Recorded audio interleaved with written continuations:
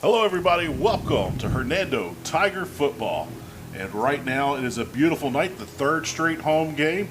Both teams come in undefeated, Brad. The Choctaw County, the new school down there in Choctaw County, obviously. And here, the Hernando Tigers with our new facility. Looks like it's going to be an excellent game, a powerhouse there with Choctaw County coming to visit our Hernando Tigers tonight. Yeah, absolutely, Heath. We're going to talk about it a little bit later on tonight, but Choctaw County is a power in Mississippi 3A football, located in Ackerman, Mississippi, for those of you scoring at home. They made their way up from Ackerman tonight, here to visit our Tigers on, Heath, as you said, a beautiful, if not warm, evening here in Hernando on a Friday night. Friday Night Lights, nobody does it better. Real quickly, we'd like to say thank you to our sponsors for Tiger football: Sonic, Domino's, Skylake Construction, Retro Dough Pizzeria in Senatobia, Destin Westmoreland with Turnkey Realty, Hernando Psychiatry, Wound Management Specialist, and Community Bank. Well, ladies and gentlemen, it's that time. It's the third game of the year. It is going by so fast, Brad. 20% of the season's gone. After tonight, 30% of the season will be gone. And both these teams are fastly approaching playoff eligibility. Yeah, they are, Heath. And tonight, September 12th, Tigers 1-6 all time, hoping to improve that record to 2-6 tonight. Got a good opponent on our hands tonight. And, real quickly, we'll walk through the three keys to the game as we see them. First one is what I just mentioned, that tonight you're going to take a step up. Your first two opponents, Overton, Ridgeway, proud programs with a lot of history, but let's be honest, they were a little bit overmanned, a little bit outmatched by the Tigers. Not going to be the case tonight. Again, this team is a powerhouse in 3A football. A lot of history. If you're not familiar with the history of Choctaw County High School, in 2013 they took Ackerman and Ware high schools, combined them into one school and called it Choctaw County. Between those two schools, they have 9 state championships, including Mississippi State 3A championship last year. And so they're coming off, like Hernando, they opened up a brand new stadium last year, turned it into a state championship. Hopefully the Tigers can do that as well this year. Our second key to the game is to clean it up. Last week in the game against Ridgeway, well-played game and obviously a shutout, but a lot of penalties on the Tigers last week, Heath. And I know Coach Steve McCann's going to want to clean that up tonight. And our third key to the game is to make plays in every phase. To beat a team like this, you've got to execute in all three phases of the game: offense, defense, and special teams. Well, Brad, I was doing my research. I know Brad's been to Ackerman. We've actually been there together. But Ackerman is a very tiny, beautiful little place, but very tiny people, less than 2,000 people. And I was doing my research for this week of trying to get some news for the game, and I came across a fun little article. Well, maybe not so fun. There's some political drama going on in the city of Ackerman. The entire police force resigned. They forced out the chief. And I was so shocked when I read that headline. I started reading, and the entire staff is 4 people on the police staff there in Ackerman. So, with the town of 2,000 people, it kind of made me smile. And I hate that they're going through the misfortune, but don't know what happened. Don't care to know what happened. But if you're looking for a job, the Ackerman Police Force is hiring. Had not heard about that, but we're underway here. Tiger football on a beautiful Friday night. You'll have seniority for sure on the first day. Absolutely. Will Usselton with the touchback into the end zone, and the Choctaw County Chargers going to take over 1st and 10 from their own 20-yard line. Well, talking to Coach McCann today, the one thing that he did say is he wanted special teams to kick that ball through the end zone. This team has a lot of speed, the Chargers of Choctaw County, tons of speed. And kind of worried about that. So they said it was very big tonight for all the kickoffs to go out of the back of the end zone. So don't look for a return. Tigers really want to get that ball and don't give them the chance. He also said there's a running back, a quarterback, and a wide receiver, and they're lightning in a bottle. They said they are crazy fast, and we're seeing that right there on the first play, Brad. Yeah, number 7, KJ Cork, the quarterback, is back from last year's state championship team. And as you saw there, number 3, Ethan Miller on the carry there for the Chargers. Gain of 9 yards, brings up 2nd down 1. Coach McCann said that they like to have the big play, especially downfield through the air. So they're trying to keep things underneath. They got to play assignment football. And if they play assignment football, they think they could really make some things happen on defense. So right now, Choctaw County's coming out. They punch first. As they get the ball first in tonight's game, they pick up their first down. Yeah, it was a great job by the captain, Sean Scott, on the far side of the field in his corner position to step up and make the tackle on the wide receiver there and not let him get into the defensive secondary. Tigers come out in their standard 3-4 look with a stand-up linebacker hybrid defensive lineman who now drops back, Caleb Hickman, number 6, back into linebacker formation. Brad, they have worked those slots. I think this one might be coming back from a holding penalty. Yeah, that was number 7, KJ Cork, complete to number 6, Caden Cork. As you said, Heath, the flag on the play. Looks like it is going to be against the Chargers. It's going to be a hold, and it's going to back the Chargers up 10 yards from the previous spot.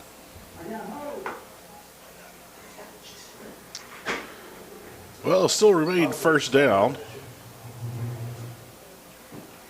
So it'll bring up a 1st and 20 situation for the Chargers. Like most high schools these days, they run out of a spread shotgun look.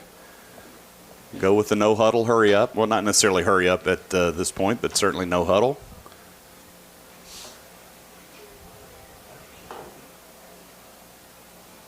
Tigers looking sharp in their solid black uniforms, matched up against the solid white uniforms of the visiting Choctaw County Chargers. Really like the stripes on the sleeve for the Tigers this year. Really like that. Yeah, good look out there. Got another flag here. Yep. Going to stop the play. It's going to be false start. Back the Chargers up 5 more yards.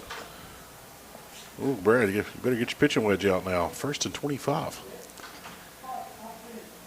Yeah, we'll see what Coach Steve McCann's defense does here. See if he pins their ears back and sends the entire crew after quarterback KJ Cork, or if he opts to sit back and keep those fast wide receivers in front of him and make them dink and dunk down the field to get back to the line of gain, which is now the 47-yard line of the Chargers.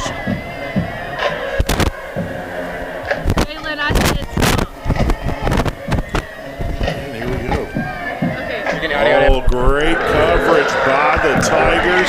That is a coverage sack, Brad. Nobody was open. It gave the D-line time to get back there in the backfield, as you saw in the replay. And, Brad, it was 1st and 25 and have a big sack. It is 2nd and 30. Well, Heath, you nailed it. That was not necessarily a blitz there. That was what they call, as you said, Heath, a coverage sack. Nobody open downfield. Quarterback KJ Cork forced to hold on to the ball longer than he wanted to. And I'm sorry, that's actually not KJ Cork in it, quarterback. That is, I believe, number 18, Makari Hallman.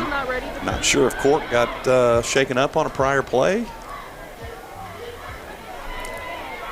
Tigers had containment on the outside, forced him upfield. Tackle was made.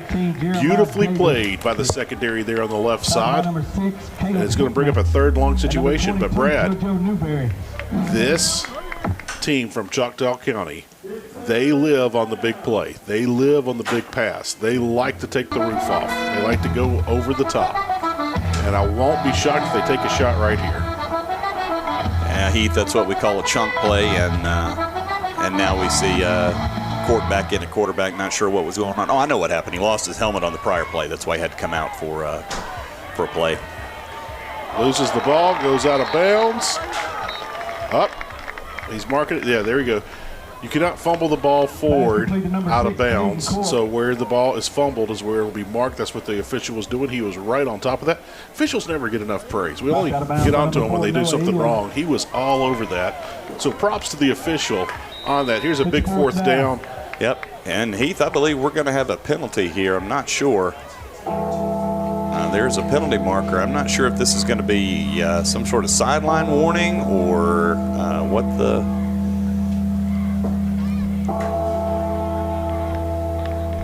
Again, we'll wait and see here. The head linesman jogging over to talk to the white hat. We'll see if this is a penalty here. Well, the last 2 weeks, Brad,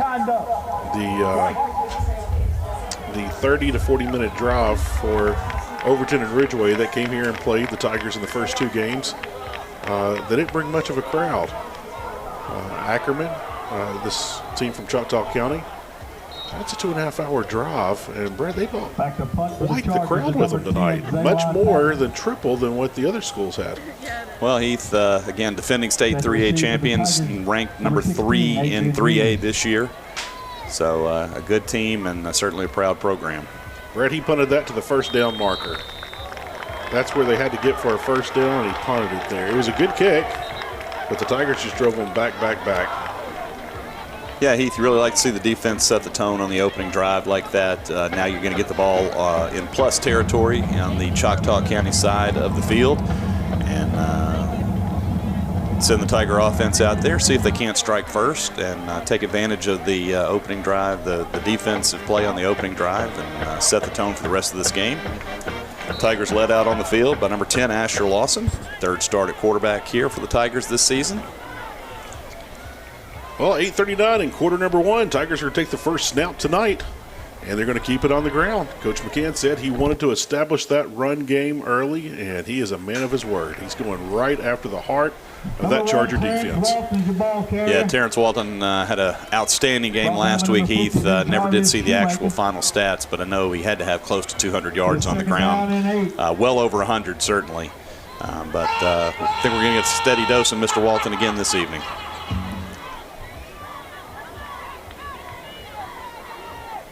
A little misdirection right there.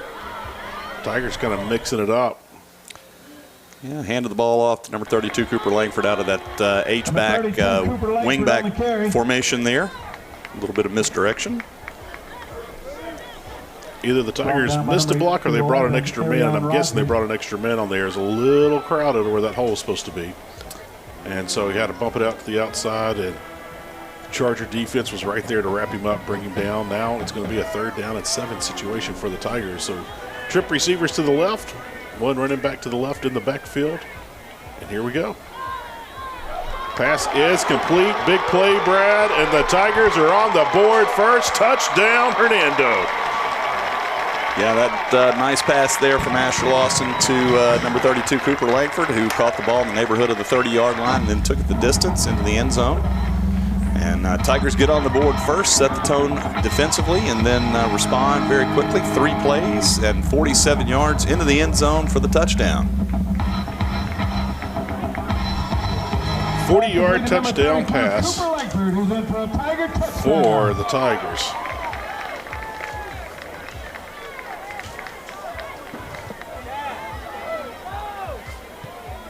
Snap from number 0, Jackson Weathers.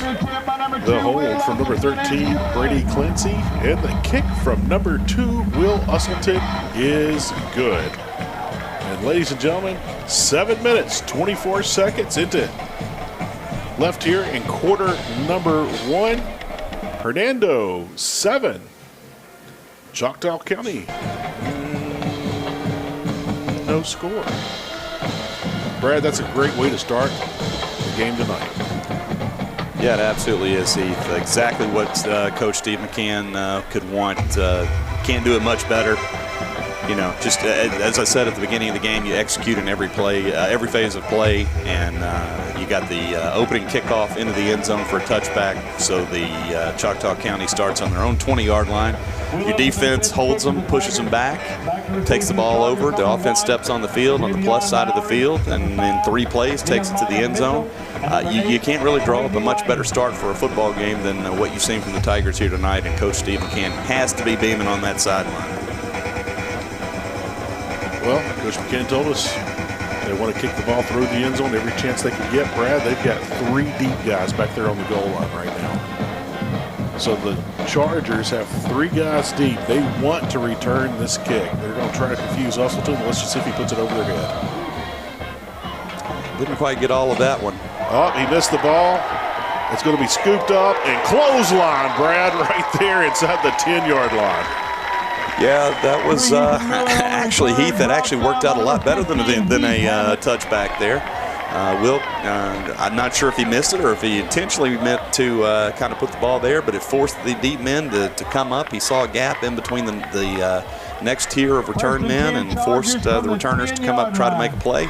First man to it, couldn't get to it. Second man picked it up and was immediately brought down by the Tigers. Chargers take over from their own 10-yard line. First down, 10 yards to go. 7 minutes, 18 seconds remaining here in tonight's opening quarter. Gorgeous night of football here in Hernando. Well, Brad, you really can't draw it up any better. A start for Hernando. So this is going to be a big-time play or a big-time drive for the Chargers. Let's see what they come out and do. They're going to keep it on the ground. And they're just trying to calm their team right now. They're just trying to get the game to slow down just a little bit. Hey, they ran 2 plays last drive, got a first down, and then they started going backwards with penalties, and it just did not turn out well. Yeah, handoff there to number 2, Caden Court, from quarterback number 7, KJ Court.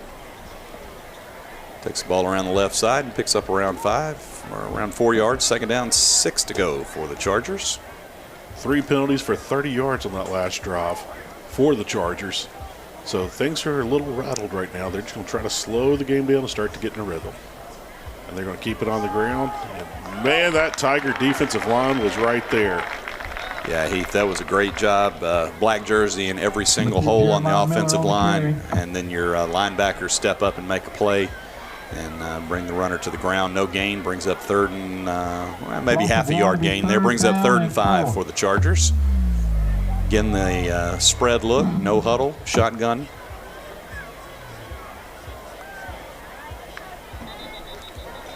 Oh, we got to stoppage of play. So you know that penalty will be on the offense. Heath, I'm not going to lie to you. I think Choctaw County is going to actually benefit from that one because number 6, Caleb Hickman, looked like he had been shot out of a cannon. Maybe that had something to do with the whistle blowing. We're up here in the booth with headsets on. We can't really hear the whistles down on the field that well. Maybe the whistle blew and the offensive line stopped, but Caleb Hickman was headed for the quarterback and he meant business. So probably actual break for Choctaw County there with the false start. So yet another penalty for the Chargers. The first one on this drive, but Brad, that's 4 penalties for 35 yards so far tonight. Yeah, probably not the start that Coach Dylan Mitchell of Choctaw County was looking for. Coach Mitchell is from a long line of distinguished high school football coaches. His grandfather was a coach at Ackerman back in the day, as they say. His father, Jamie Mitchell, Heath, as you well know, won a state championship in 2012 with the Starkville Yellow Jackets. And Coach Dylan Mitchell grew up in the Starkville area and moved down to, I believe, maybe East Lauderdale, West Lauderdale, one of the Lauderdales, one of them down in Lauderdale County, and spent 1 season there and then got the job in Ackerman. Said it felt like home and there was no place he would rather be, and he's glad to be back. And in 1 season, I believe 2 seasons, he led his team to a state championship, 3A in Mississippi, and there's something to be said for that. There's a lot of good football played at every level in the state of Mississippi. Big-time football, yes. Whether it's Taylorsville or Starkville, there's big-time football everywhere. Flag on the play, interception on the play. Tigers have said they got it. Let's see what this flag is. Let's hope it's not a late hit, Brad. Looks like it's going to be possibly a hold against Choctaw County. Our good friend Brent Johnson signaling down the table to us. That's exactly what it is. Good eye, Brent Johnson. Brent Johnson, your eye on the sky. Heath, I didn't see who got the interception there. I believe that may have been number 5, Sean Scott, who got the pickoff. Captain Sean Scott. Captain Sean Scott gets an interception. It's going to set the Tigers up. There's Santi there on the sideline helping out from the 9th grade team. Santi, a wonderful individual. Always has a smile on his face. Santi's a great guy. As we said, Heath, inside the Choctaw County 20-yard line, down on the 17-yard line is where Sean Scott fell. Tigers take over there again. Heath, just an absolutely perfect start to tonight's game. We'll see if the Tigers can capitalize, put the ball in the end zone. Well, here we go, man in motion. Oh, look at there, Brad, a little touch pass to him. Kind of like John Stockton earlier with that touch pass, you know. Yeah, Heath, we'll see. We've got a flag on the play there. A little touch pass to number 16 for the Tigers. That's Adrian Mears, and brought down in the backfield about 3 yards deep, and so Dylan Mitchell for Choctaw County going to have a decision here. Do you take the penalty or do you decline and take the 3-yard loss? Got a hold, 56 offense. Yeah, when you're so close to the goal line and already in the red zone, I think you have to take that penalty. Yeah, a penalty there on number 56, Noah Glosson, the captain, got called for the hold, and looks like they're going to back him up. I thought maybe for a minute that Coach Dylan Mitchell had decided to take the play instead of the penalty and be 2nd and 13, but he's going to push the Tigers back. Well, one thing not really sure why here it's first down. It should be a 10-yard penalty. Should be a 10-yard penalty, but they put it at the end of the run. That was encroachment. They're not going to call it. I'm not sure. Not sure I agree with that one. Maybe I don't know the rules. I'm going to assume that I don't know the rules there, but it seems like a little bit of too much of a penalty there. Brad, your wife is online too. She says that you're not right, so she just wanted to call in and let you know that. Well, that's not even the first time today that I've heard that from her, Heath. So, hey, we're all married to the same woman. Absolutely. Mine is fantastic. Absolutely. She will let me know when I am not correct, and that's often. So, all right, brings up a couple of yards pick up there. Brings up 2nd down and about 21 for the Tigers. I've been wrong before. And you know what? My wife tells me I'm wrong every single day. So, Tigers making something happen through the air. Working that edge, breaking through tackles, falling forward.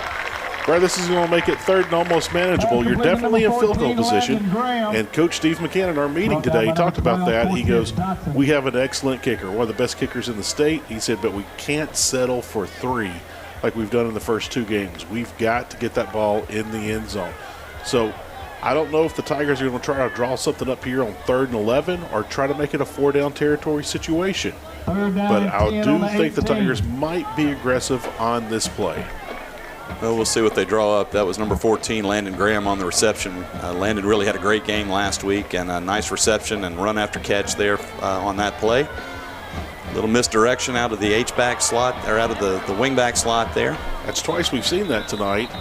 And that looks like it'll be a big play every time it starts out, but it closed up quick right there. Well, Heath, we've got to see. The referee dropped his beanbag there. That means the ball hit the turf. Let's see if the Tigers manage to come away with it. We're going to get to the bottom of the pile there.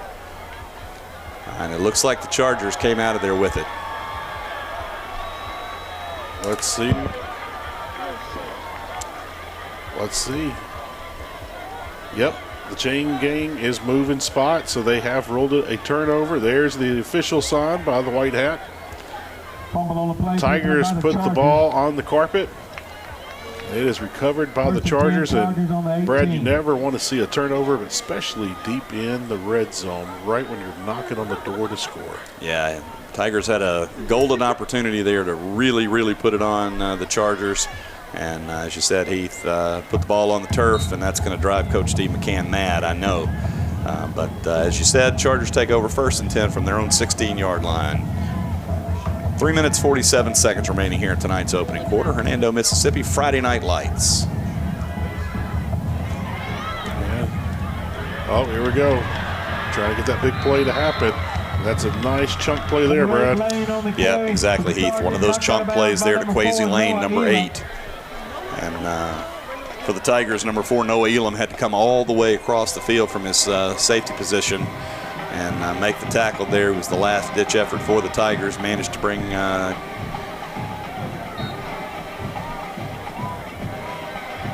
Lane down. And that's going to be 1st down for the Chargers at their own 41-yard line. A little bit of confusion here for the Chargers in the offensive set, but don't worry, they've got plenty of time. Looks like they're going to get the play off.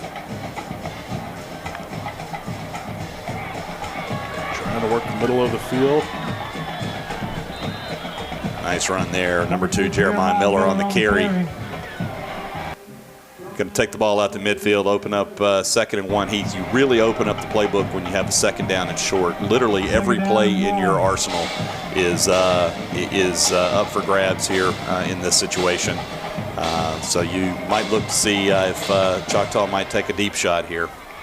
Well, they've ran 2 plays on this drive. They've gotten about 30 yards. Kind of shocked by they're not going downfield, and they might be trying to bait the Tiger defense. They might try to get them to play up, and when they do, that's when they'll go over the top. But every pass so far has been underneath. They have not tested in the air downfield. It's been to the outside in the flat so far tonight. Well, Heath, you're absolutely right. That's a great observation. That play there, it did what it was supposed to, and that it picked up the first down, but it also baits the Tiger defense. The next time if Tiger defender jumps that route, you could see a guy on a go pattern and toss it right over the Tiger's head, so you got to be cautious of that. But again, as it is, first down for the Chargers inside Tiger territory.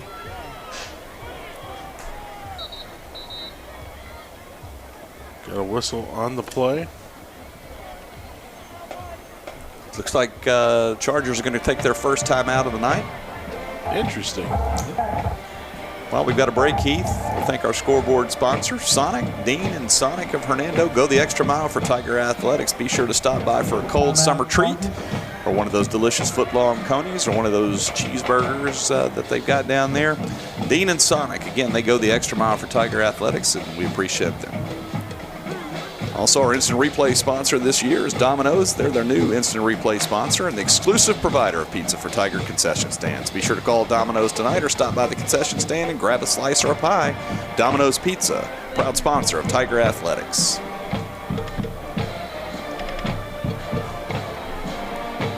Well, Brad, 2 minutes, 21 seconds remaining, quarter number one.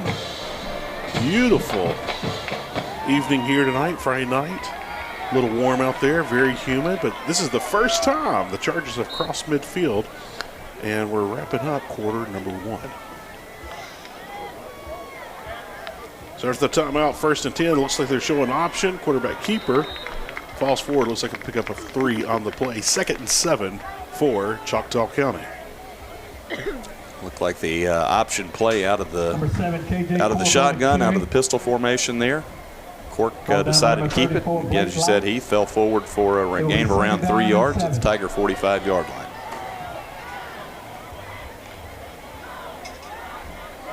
Chargers like that shotgun formation. Been seeing in it once again. They're testing the outside. That was a forward pass, falls incomplete, but Brad, they are not testing downfield. I think that the defense of the Tigers is just kind of setting up, trying to let them know that we're not going to let you take the top off. And I'm wondering if they're trying to bait the Tigers into playing a little bit closer so they can maybe audible out of a play call and take a deep shot. But Tigers not taking the bait yet. No, Heath, you're right. Every pass has been out into the flat or within 5 yards of the line of scrimmage. Quick passes, perhaps, don't want that big Tiger defensive line getting through the offensive line and into the offensive backfield. Trying to look downfield, and here we go. Going downfield once. Oh, dirty laundry on the field. Yeah, Heath, they're going to call that against number 22, Joseph Newberry, the Tigers. I don't know about that. A lot of hand dueling going there. I didn't see anything. We don't have the best angle at that particular part of the field, but I didn't see anything from here that warrants a flag for pass interference, but it looks like that's what calling a hold on the Tigers and not pass interference. So a 10-yard penalty, and that will be enough for a first down. The referee was decisive in dropping the flag there, but yeah, he was. I didn't see a defensive hold. You could argue pass interference. You could argue that Joseph Newberry pushed the receiver or rode the receiver, as they say, out of bounds, but I did not see a defensive hold. But regardless, Chargers maintain possession, and they're off to the races. Well, they finally went downfield. They completed a pass earlier, Brad. Oh, we got another flag on the play. Earlier, Brad, Choctaw County looked to go deep downfield. Tigers came with a big sack there. Yeah. And they're going to get Choctaw County for the hold. I tell you what, Heath, I heard the Tiger sideline there. Again, we don't have the best angle at this particular part of the field. But the Tiger fans in the stands here on the home side were headed down to the field if that hold didn't get called. I didn't see where it happened, but it must have been a pretty blatant one, and it's going to back the Chargers up and turn a pretty decent gain into a 2-yard loss, and going to be first down and 12 from the Tiger 37-yard line. Brad, we're getting waves from the crowd. One of the Haifa cheerleaders, Jewel Pfeiffer. Jewel's 7 years old. cute little redhead girl here in Hernando, waving up here at us in the press box. Well, Heath, you're somewhat of a celebrity here in Hernando. My good friend Heath here serves the Hernando community in a lot of different ways, coaching different sports and organizing a lot of things around town, and opportunity to lead a lot of kids here in the community. And I know they all love and look up to you because as we walk around here, you get a lot of waves, a lot of fist bumps, and that's why they pay me the no bucks. Absolutely. You're raking it in, too. But they do pay us some barbecue sandwiches at halftime. Can't beat that. No, you really can't. Nice run there by number 8, Quasi Lane, out of the slot formation, in motion around the left side. Big play for the Tiger defense coming up here. Going to bring up 3rd down and 1 at their own 26-yard line. All right, so 3rd and a shadow for Choctaw County. Brad, they've had success going up the middle. They recently had some success throwing to the outside, but they've had most of their incomplete passes out there and drops as well there in the flat. So let's see what they do here. They look like they're lining up to go straight at the Tiger defense. And that's what they do with the fullback, and guess what? There's a flag. Yeah, Tiger defense got a little eager there, going to give them a free one, and going to take the ball across the line to gain, be 1st down inside the 25-yard line of the Tigers. Not sure if that's going to be the last play of the first quarter or not. We'll see what Choctaw County decides to do. Well, Choctaw County started this drive at the 20-yard line after the fumble by the Tigers in the red zone. And they're trying to sustain a drive and even this thing up 7-all before the end of the first quarter. And my mistake, Choctaw County is going to have to snap the ball. It's a 25-second clock instead of a 40-second. They stay with that fullback dive play right there. Picked up 5 on the play, 2nd and 5, and I do believe that will be the last play of quarter number 1. So we got 1 in the books, Brad, and our Hernando Tigers up by 7 in the visiting state power Choctaw County Chargers. No score. Well, Heath, you really can't draw up a better start to this game for the Tigers. Again, they do have the 1 turnover deep inside Charger territory. But as far as how you'd want to draw this up, if you told Coach Steve McCann that you had a 7-0 lead and at the end of the first quarter, I guarantee he would take it, especially if you told him how the Tigers started the game, almost letter perfect, again, until the 1 turnover deep in Charger territory. But got to see if your defense can step up here, make a good play, and hold the Chargers to field goal try or maybe even field goal miss.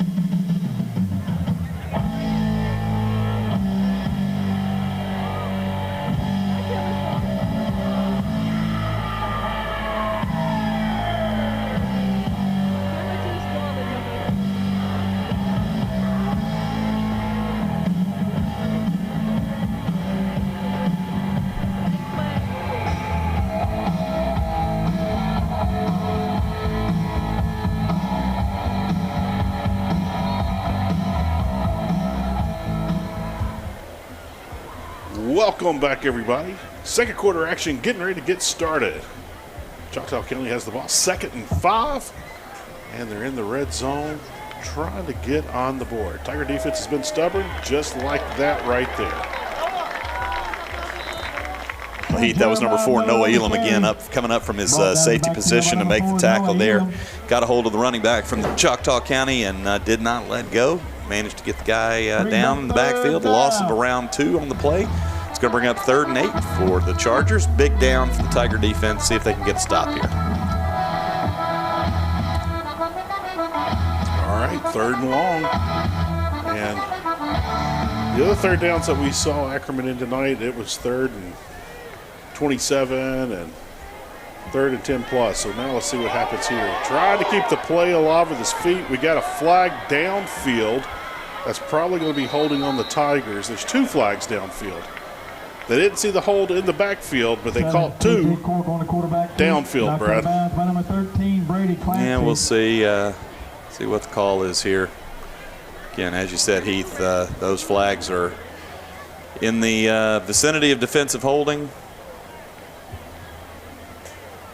And the fact that the white hat is over talking to Coach Dylan Mitchell right now tells me that this one is going to go against the black and gold of the Hernando Tigers.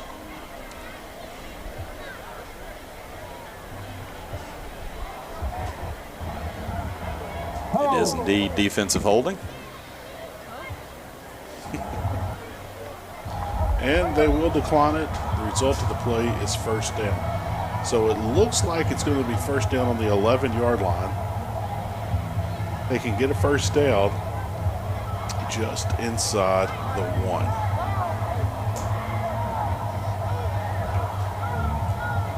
And sometimes coaches kind of outthink themselves in these situations, Brad. Yeah, we'll see what Coach Dylan Mitchell draws up here.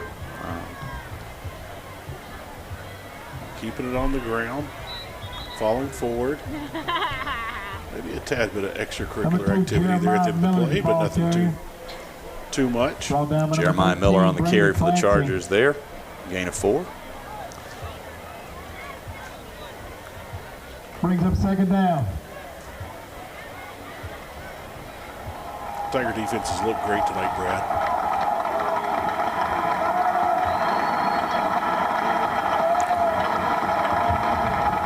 Crowd kind of getting into it a little bit. Man in motion. Here we go. Run that fullback dive again. And Tigers wrap it up really quick. So now it's a 3rd and goal situation. Well, not 3rd and goal, but 3rd and 5 with a chance of the first down inside the 1 like we mentioned here just a couple of plays ago. Yeah, fullback for Choctaw County there, number 32, Katayon Hanna. Ran into a brick wall in the form of that Tiger defensive line. She said Heath ball is going to be at the 5-yard line. Big down coming up for the Tigers. Won't be shocked if we see some kind of counter or bootleg here, Brad. I also won't be shocked if they just go after the heart of the Tiger defense here. Yeah, they're going to go toss left. He's got a little space, and it looks like he's going to make it in. No flags on the play. So Choctaw County gets on the board. 9 minutes, 46 seconds remaining before halftime. And the Chargers are going to come out and try to tie this thing up on an extra point. Yeah, just a simple toss sweep to the left, Heath, and around the left-sided and pretty much untouched into the end zone. And Chargers look to tie this game up here. Number 87 is our Kasim into the game for the Chargers. Got to keep an eye on the fact that the quarterback, number 7, KJ Cork, is your holder here. Going to kick the ball through and make it 7-all here. Well, there you have it.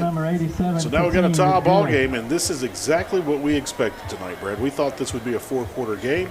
We thought this would be decided by turnovers. And we're going to see what happens here. So right now, hey, it's basically like starting over. 7-7, it's just like 0-0. No one's got the advantage, and Tigers are about to get the ball. And the one thing we can say about the Tigers, Brad, they have moved the ball with, I don't want to say with ease, but with great progress tonight. Yeah, they have, Heath. Not a lot of negative plays, not a lot of penalties on the offensive side of the ball. Both teams with 1 turnover. Both teams turned that turnover into a score, I believe. And see if the Tigers can regroup here on offense and move the ball down the field, retake this lead, eat up some clock in the process. Yeah, not going to see don't anticipate we're going to see a running clock tonight, Heath, like we had in the first 2 games. Now, we have heard that Choctaw has a problem kicking. They don't have a guy that can really pin it deep. So do expect a return here by the Tigers. The deep men are about on the 15-yard line and 13-yard line. So here we go. And he will field it roughly on the 16. So they caught it exactly where they wanted it. He's got a little seam. Brad, look out. Here we go. Got speeds, working the corner. Brad, I don't know if anyone touched him or not, but he took that from the 16-yard line and took it to the land of milk and honey. Touchdown, Hernando. Yeah, that was number 13, Brady Clancy. Great job at taking the kickoff, again, around his own 20-yard line, around an 80-yard return.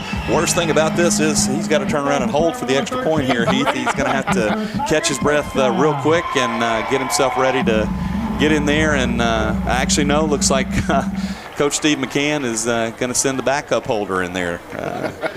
Number 36, Good call, Brad. Number 36, Gavin Vincent, going to do the honors as Brady comes over and catches his breath. And so we'll have a different holder in here. Same deep snapper and the leg of Will Usselton. Oh, here we go. We got a little bit of movement.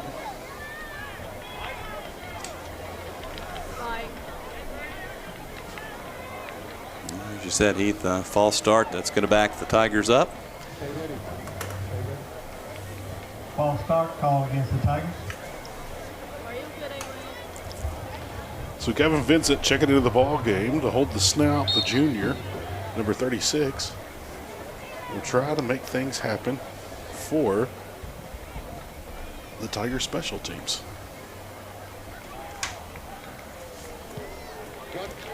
And it's not a problem. So the snap for number 0, Jackson Weathers. The hold for number 36, Gavin Vincent.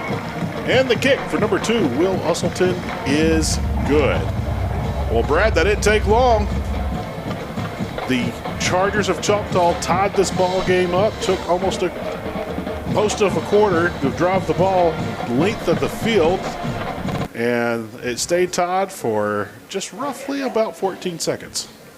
Yeah, not long, thanks to number 13, Brady Clancy, again taking the ball around his own 20-yard line and then takes it the distance. I believe one Charger coverage man might have gotten a hand on the back of his foot, but pretty much untouched into the end zone. Extra point is good. 14-7 Tigers. 9:32 remaining in tonight's second quarter. Glad to have you along. Tiger football taking on the Chargers of Choctaw County. Powerhouse in Mississippi 3A football. A lot of big names have come out of that program, and Lots of big names. the preceding schools that merged to form, Ackerman and Ware. A lot of players have gone on to not only big college careers, but also pro careers from out of that area. So if you're wondering where Ackerman is, it's almost dead center of the state of Mississippi. Kosciuszko would be in the dead center. Matter of fact, the old high school there at Kosciuszko High School, the Whippets, their mascot. The old high school was directly in the center of the state of Mississippi. I didn't know that, Heath. You learn something new when you're alongside Heath Hopkins in the booth, folks. And every week's an adventure. Bring something new. And just remember, without geography, you're nowhere.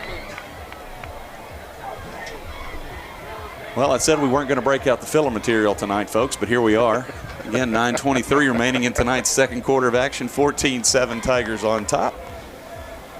And the Chargers of Choctaw County coming out first down and 10 yards to go from their own 33-yard line.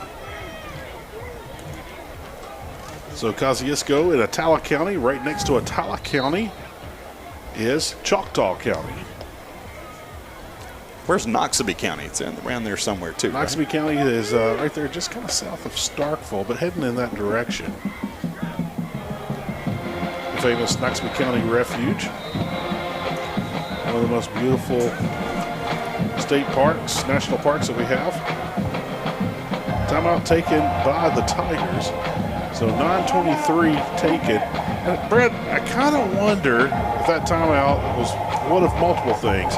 Maybe they didn't like how the defense was lined up, but your defense didn't get a break. They got a 14-second break. They had to go right back out there after the kick return. So I wonder if that was, you know what, let's call a timeout here. Let's give our guys a little bit of a breather before we get going again. Very well could be, Heath. As you pointed out, Chargers had the ball. Not sure the time of possession on the previous possession, but Tiger defense was out there. They had several third downs, and when you have several third downs on a drive, you're going to eat up a lot of clock. Your defense is out there for a long time. So you're right. Coach Steve McCann, might have wanted to give his defense a breather there. Obviously, number 13, Brady Clancy, is out there on the field.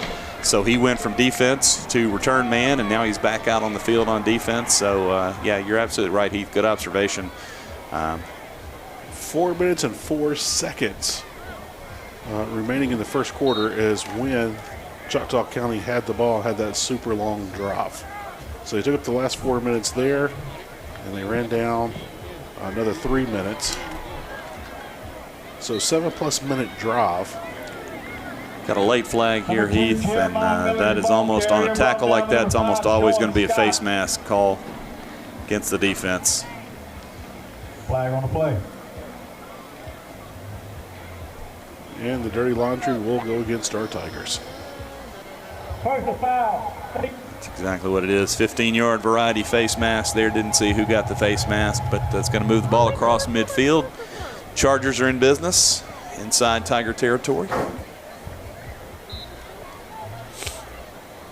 You always hate it when the referee drops his dirty laundry on the field. First and 10 Chargers from the 45-yard line. So now Choctaw, for the second time this evening, crossed midfield. They did it last possession and were able to get on the scoreboard. So I don't know if this Choctaw offense has found a little bit of a rhythm, but they are starting to move the ball, Brad, even with or without the penalties.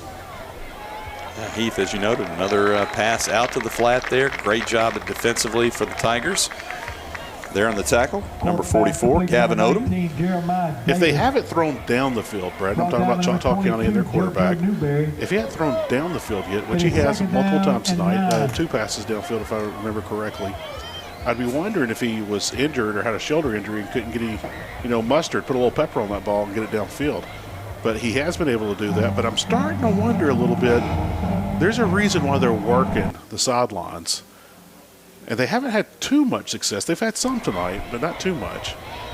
They're rolling him out to try to keep the pressure off of him, but the pressure hit him right there. So they're still trying to keep him from getting hit. He took a huge sack there on that first drive of the game. And they're rolling him now to try to keep him from taking a hit, but he took one and got the pass out and failed incomplete. And that's the beauty of it, ladies and gentlemen. You may not get credit for the sack. The ball falls incomplete. That really doesn't fall into the stat book. But the reason that happened is that defense and that defensive line had such great pressure, had a quarterback hurry, and throws it incomplete. Now it's 3rd and long. Yeah, we'll see what Coach Steve McCann and his defensive staff dials up here. Very impressed with Choctaw. They have oh boy, ball batted up in the air. Looks like the Tigers. He is calling that an incomplete pass, Brad. The white hat called that an incomplete pass. Holy shnikes, I cannot believe that one. Yeah, Heath, not sure about that one. He was right there on the on top of the play, and I guess he saw the quarterback KJ Cork's arm going forward. Again, ball was batted. It was almost regardless, it would have been an interception. Given that it was ruled a forward pass, and Tigers weren't able to come up with it. And so Chargers are going to catch a break here, but they are going to be forced to punt. 4th down and 9 to go from inside Tiger territory. And number 16, Adrian Mears, back deep to receive for the Chargers. But we're going to have a timeout called for by the Chargers here. Coach Dylan Mitchell wants to talk with his team before they punt the ball away. A lot of confusion. The long snapper for the Chargers was not happy about something going on, was yelling down the line at one of his teammates. So quite interesting there. I don't know if they had too many men on the field, if they weren't lined up right, didn't have enough men on the field, but something wasn't going good and it didn't make them happy. Well, I tried to do a quick head count there, Heath, and the players kind of bunched together. I didn't see anybody head to the sideline. I didn't see anybody come off the sideline, so I guess maybe they had the right number of men out there, just maybe not the right alignment.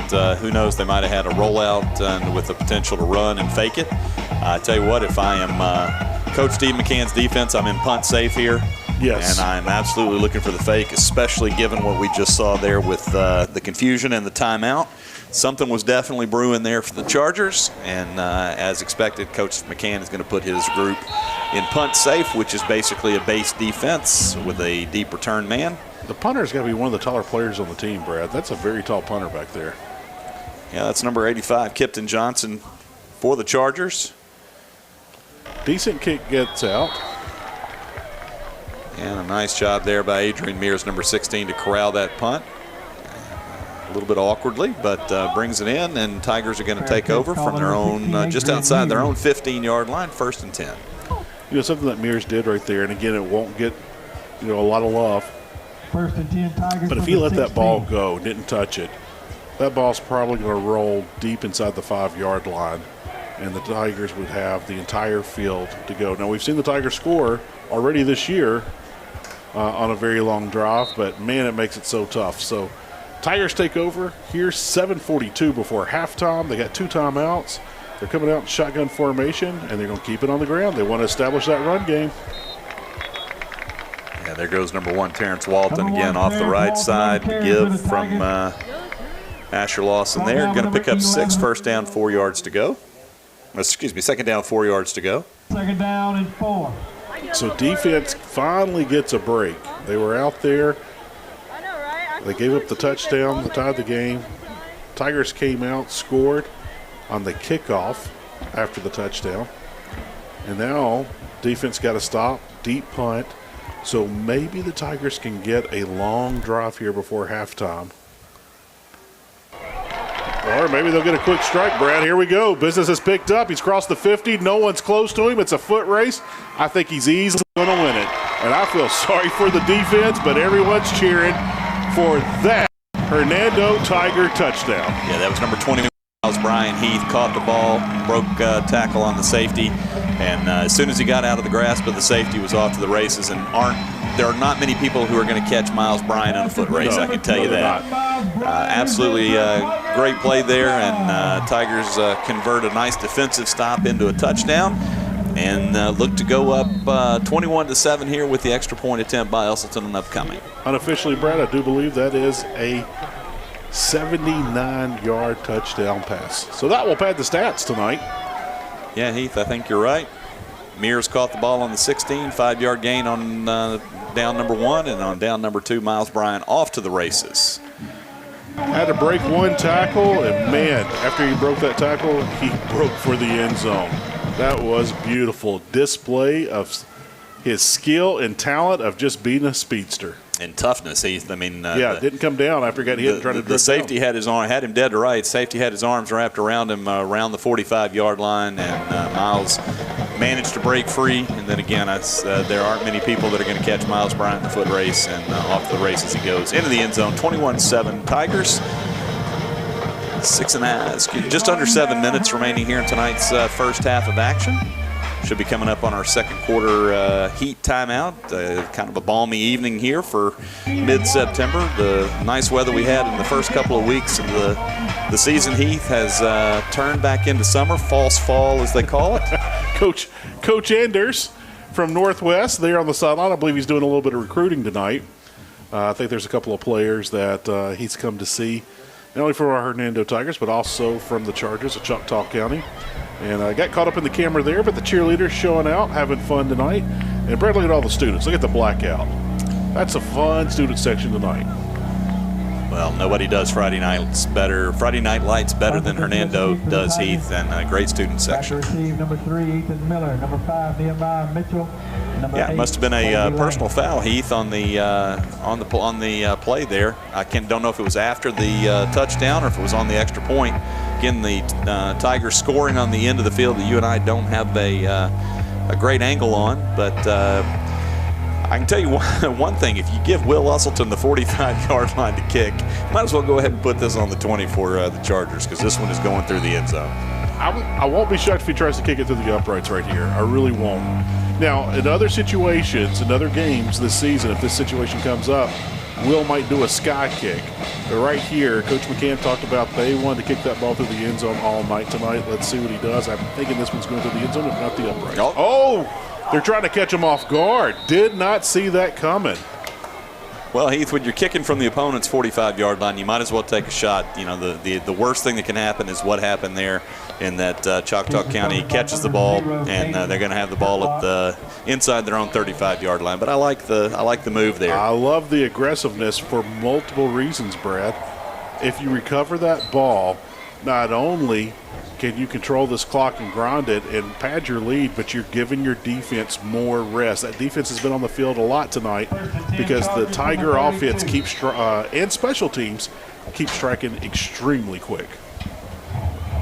Yeah, another great observation, Heath. Tiger defense has been on. Normally, if you look at the time of possession and Tiger defense having been on the field as much as they have here in the first half, you'd think the scoreboard would be the other way around. But huge play by the D-line tonight. D-line's looking great, Brad. They've been all over the place. Give a shout out to nose guard Colton Massey, Jackson Weathers down there, Scooter Rayburn, Caleb Hickman. Caleb Hickman, the big hitter. And they are just bringing the pain tonight. Loss on the play, 2nd and 12. Well, either if you're an opposing quarterback or running back, it's pick your poison, right? Do you go to the right side and line up and square up with big Caleb Hickman? Do you go to the left side, Scooter Rayburn? Do you go up the middle and Mount Massey in the middle there? No, thank you to all three of those options. Nice. They're begging for a flag over there, and they didn't get it. A great defensive play there by number 13, Brady Clancy, who continues to deliver just an absolutely outstanding stat line tonight. He's working well on his way towards Player of the Game, Player of the Week honors from the Tiger football team. One thing Coach McCann said, we've already mentioned it here during the broadcast, that secondary played assignment football and worked on coverage all week because they knew they would like to take shots downfield. The Chargers have been doing that. The Tigers look very well prepared. Don't see a flag on the play, but we've got a stoppage. It's going to be a false start against the Chargers. Going to back them up 5 yards. Big 3rd down here for the Tiger defense. Josh Stiles was in the backfield. It looks like he was about to go to the all-you-can-eat buffet. He was going to eat that quarterback alive. Well, again, Heath, you go from 96, Big Mount Massey in there in the middle. He takes a breather and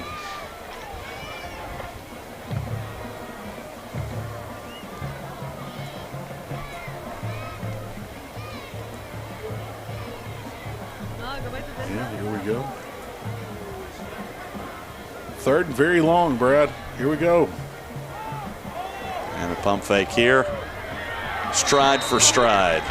They're begging for that flag, and they're not going to get it. And, Brad, I'm going to point this out. We mentioned that Choctaw County is a 3A high school. I can't remember if Ware or Ackerman was 1A. I want to say Ackerman was 2A and Ware was 1A. But they combined to make a 3A school. But in years past, they don't have teams in their division that can cover that pass. And when guys do run step for step, they do get flags. You're not going to get that with a 7A school like Hernando, especially when they're playing great assignment football and been excellent on coverage tonight. Well, and when Captain number 5, Sean Scott, is on the job, you're right. He was stride for stride with the receiver there. He had inside position on the receiver. Could not draw up a defensive coverage any better than they had right there.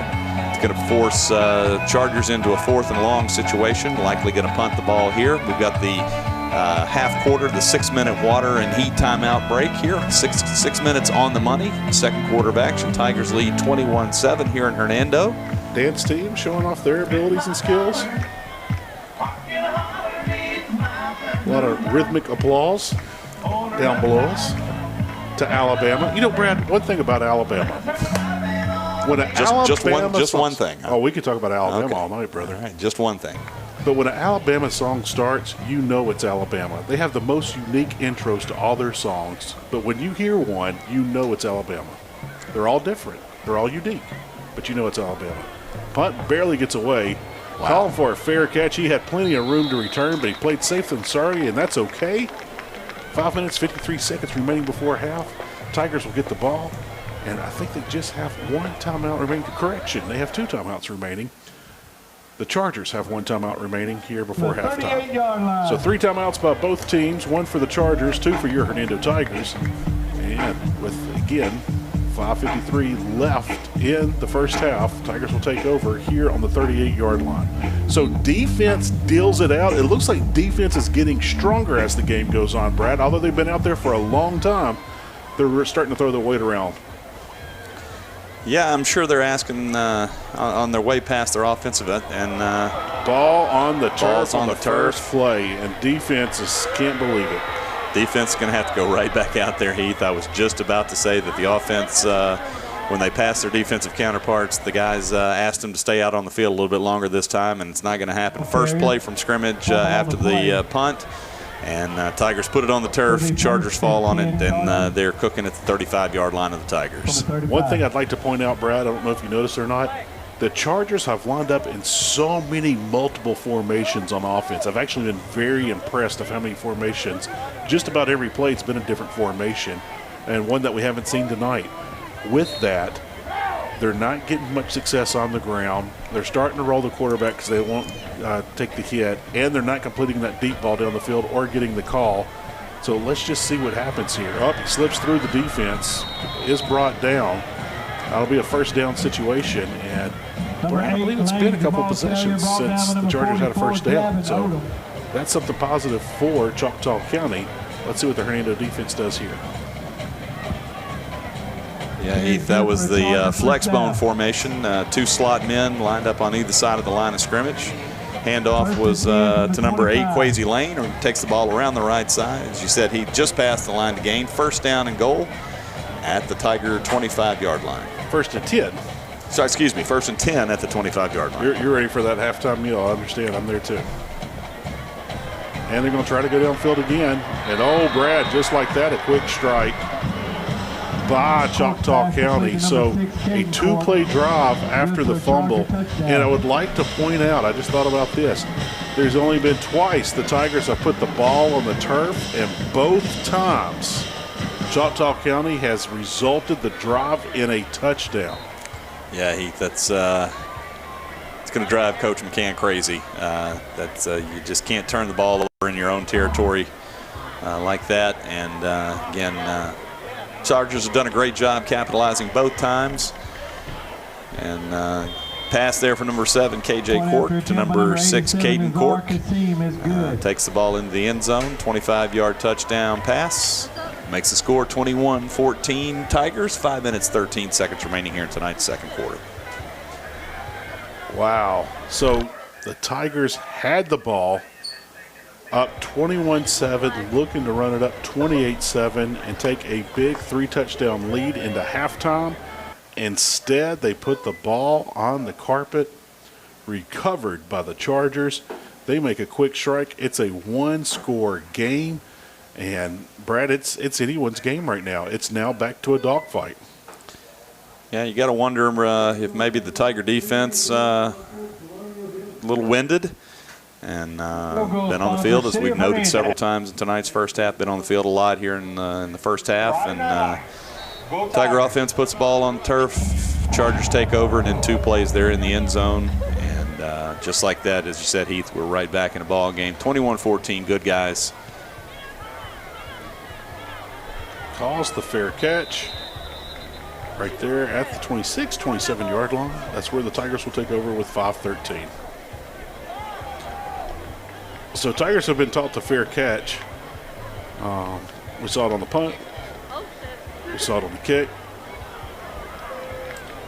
So don't risk it. Keep it. Let the offense do the work. And let's see what happens. So, as we mentioned before, twice earlier, the run game wanted to be established early. Tigers have pretty much done that. They've had success on the ground and in the air. They're going to keep it on the ground right here. And, Brad, I hate to say it, dirty laundry coming in late on that play. Yeah, that's going to be a hold on the Tigers. Going to back them up 10 yards. Flag on the play. Penalties and mistakes really hampering the Tigers tonight. They're still up 21-14, but Coach McCann is going to have some words for his team, I'm sure, at halftime. Going to want to see these penalties and mistakes cleaned up, and see if the Tigers can't turn the tide here and get something positive out of it. But first play and a hold and a 10-yard penalty puts them in 1st and 20. Well, ask Coach McCann what was practice like this week. He said it was much better this week than last week. Last week, having the long holiday weekend, guys were kind of off schedule. Things didn't flow smooth last week. He said this week was a very much better week of practice. Good all around. O-line did good. Asher did a good job. Quarterback this week. The entire offense had a good week. So looking to get things going.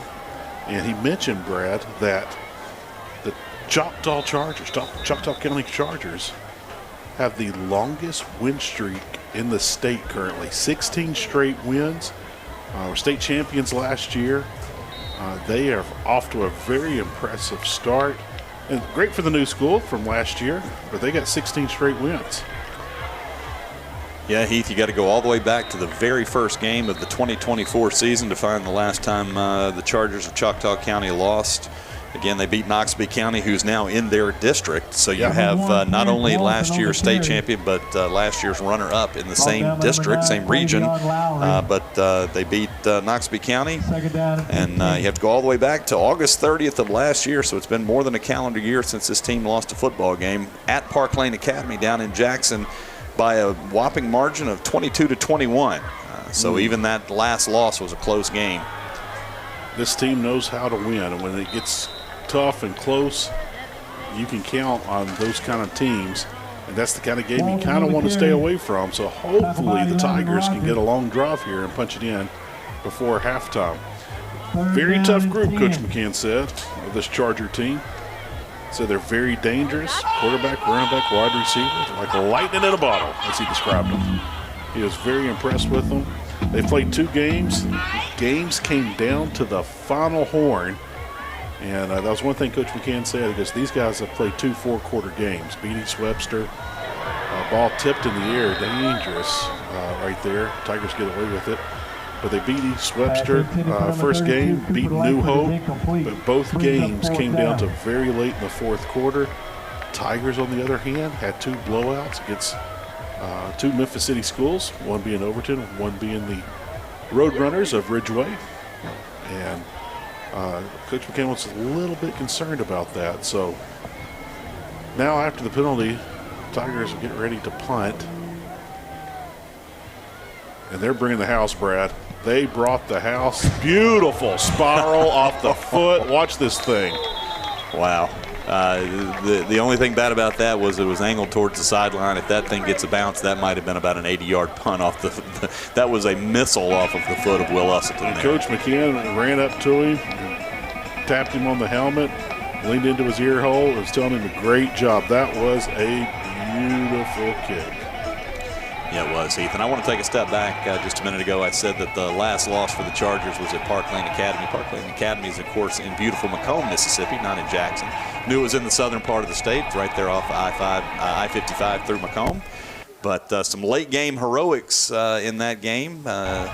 Chargers led 21-14, and Park Lane took it down the field with a backup quarterback in, and got the 2-point conversion to win the game 22-21 down in Macomb. And for everyone watching at home, especially the students, there's one jersey number there on your screen, 6-7. Brad, I'll throw this out at you. Please don't. What is the most famous alumni from Park Lane Academy? You want me to say Britney Spears, but it's not Britney Spears. It is Britney Spears. Did she go to Park Lane? She went to Park Lane Academy. All right. I knew she was from Kentwood, just across the Louisiana state line on I-55 in Kentwood, and I did not know that she went to Park Lane. She did.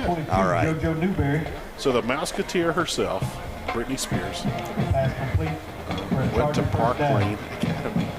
Well, I just had a feeling that's where you were going. I didn't know anybody else. I didn't know maybe it was an athlete or something that I wasn't aware of, but I took a stab there and nailed it. I know Kentwood is just across the state line from Macomb, about 20 miles south on I-55.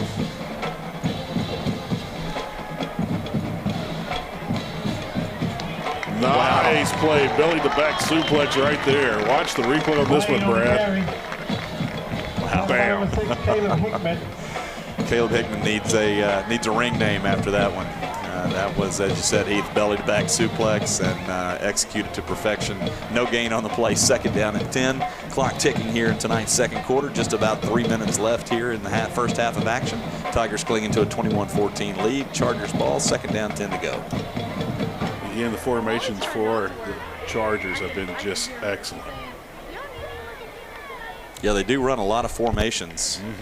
And Heath, for the viewer at home who might not understand the implications of that, the more formations you have, the more complex your offense is, because you can run the same play out of different formations, and your X, Y, and Z and H can run the same routes out of different formations, and it makes it a completely different play depending on where they're lined up on the field.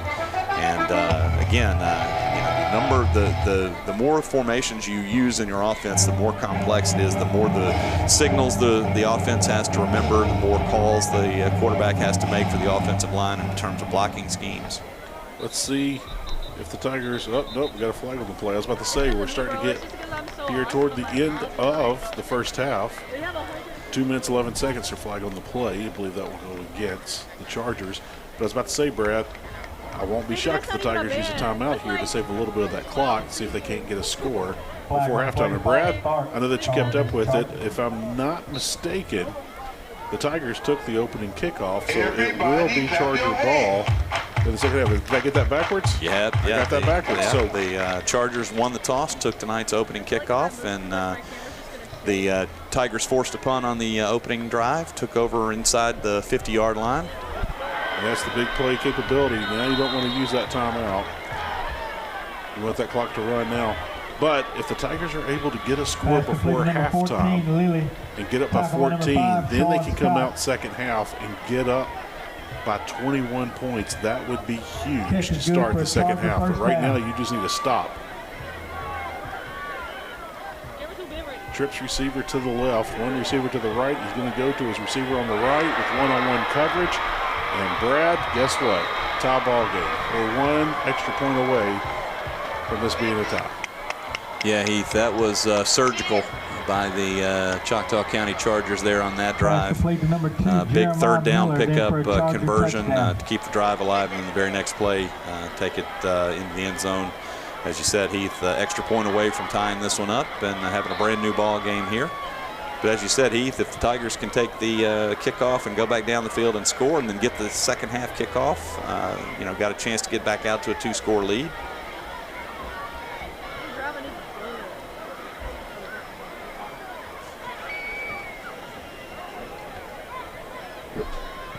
One thing that we do know, the defense will definitely enjoy that break at halftime. Point after They've been on the field a lot tonight. Kasim is good. Offense, when they've been clicking, they've been scoring fast. When they haven't been clicking, they've been turning the ball over pretty quick on their drops.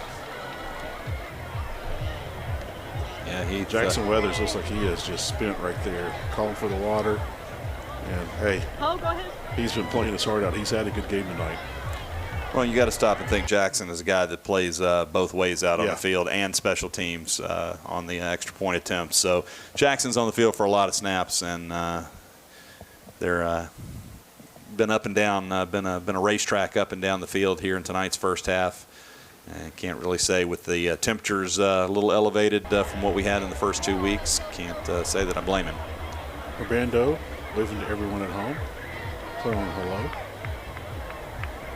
Cheerleaders are getting instruction here before halftime.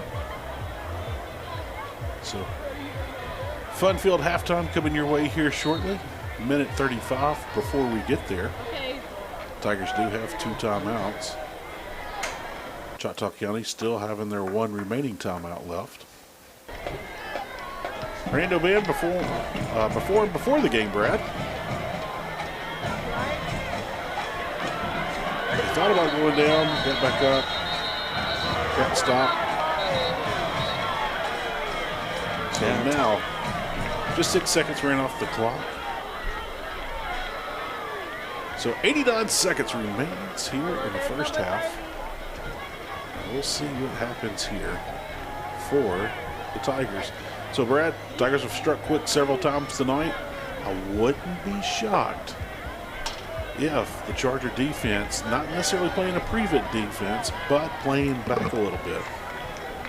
Yeah, well, that opens up the underneath, and that's it's actually good. You can execute your 2-minute drill, dinking and dunking down the field, and 2 timeouts left for the Tigers. So plenty to play for here, and see if we can't get a touchdown late in the first half here. Got a man down the seam, just overshot him. Pass falls incomplete. Beautiful play call right there. Tigers look like they were trying to do a quick strike. And looks like the Chargers brought 6. The Tigers had 5 blocking, but they picked them up, but it did get a little bit of pressure. But they were able to avoid a sack and almost completed a big play downfield. Yeah, looking for big Baker Piercy there, number 99, tight end, running down the middle of the field in the seam, and wasn't able to make the completion.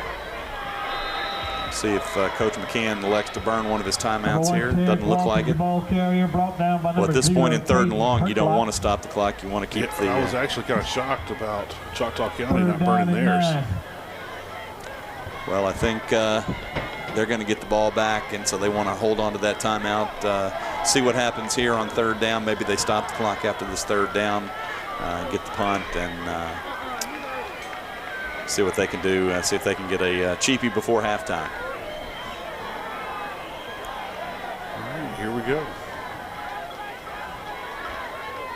4 seconds left in the play clock to snap.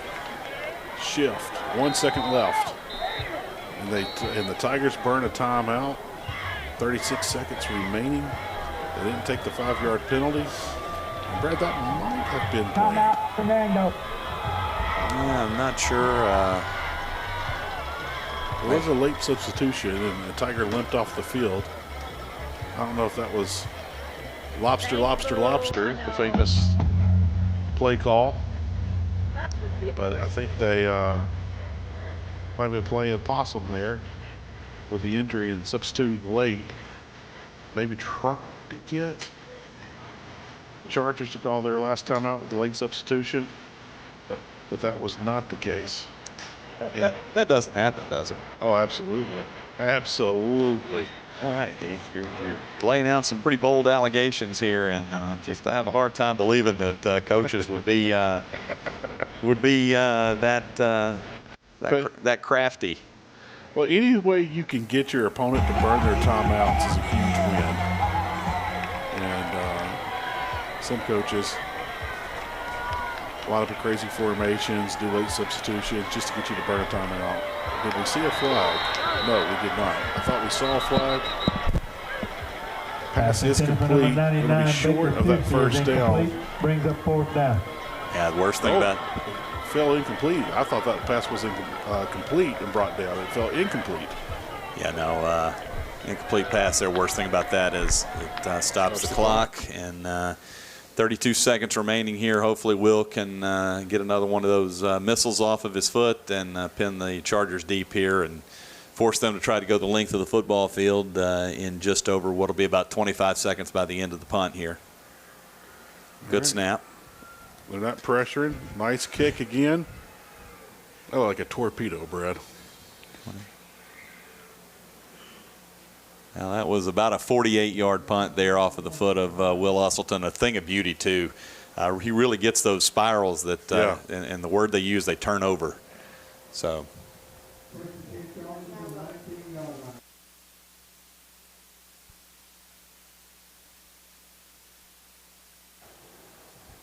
Folks, make sure to stick around here during halftime. Choctaw County Band is going to take the field for our performance. And as you said, Heath, the Hernando Band played the pregame show here tonight. Did an absolutely fantastic job, as they always do. Played our national anthem from the field this evening. First time this year that they've been actually out on the field for the national anthem. So exciting for that to happen. Up. Oh, loose ball. Something crazy happened with the snap there. He does fall on it. Tigers do have a timeout if they do want to use it. They're going to say that that's a play. They're going to say that ball was live and a fumble, and it's going to cost the Chargers about 5 yards there. And 2nd down, most importantly, a down. And the clock's going to run out to halftime. So, wow. Yeah. Don't know what happened on that last play, but there was some confusion and miscommunication on the Chargers' part, but it did not burn them. Well, Brad, one crazy thing. The Tigers have had 2 turnovers. It's led to 14 points. Choctaw County has had 1 drive that scored without being assisted by a Tiger turnover. So one thing to pay attention to when we come back out is how will the Tiger offense come out? We thought this would be a good game. We thought this game would go 4 quarters. That's what it's shaping up to be. Can't wait for the second half. Brad, your thoughts as we wrap up before the dance team gets going. You're absolutely right, Heath. Coach Steve McCann's going to talk to his team about penalties and turnovers, clean up those, and they should be able to take control here in the second half. There you go, Hernando dance team. We'll be back after halftime. You don't like the way I say something.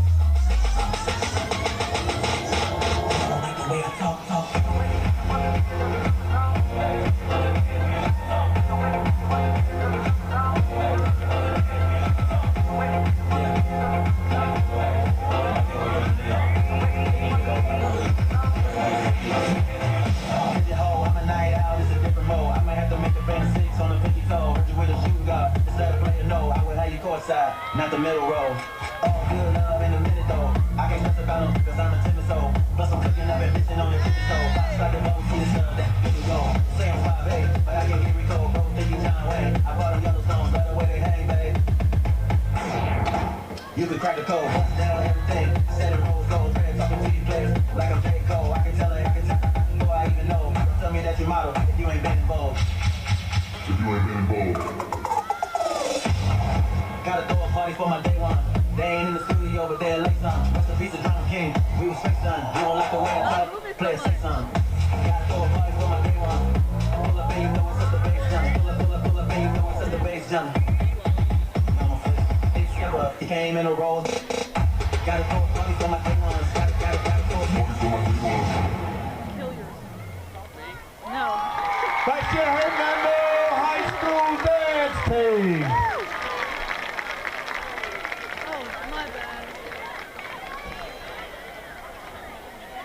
Fans, please welcome to the field the Choctaw County Charger Marching Band.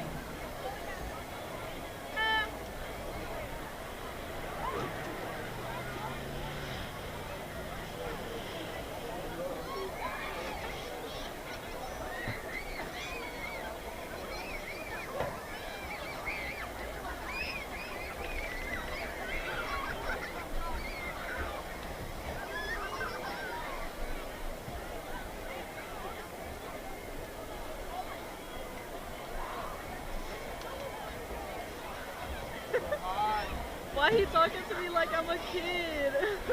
He said, great job.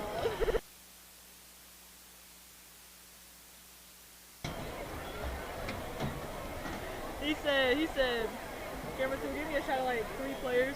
And I was like, I zoomed in, he said, great job, Cameron,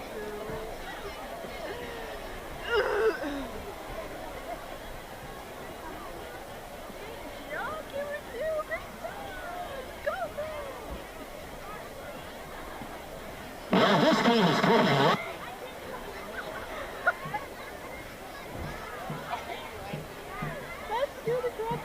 Hi again, ladies and gentlemen. Welcome to Hi again, ladies and gentlemen.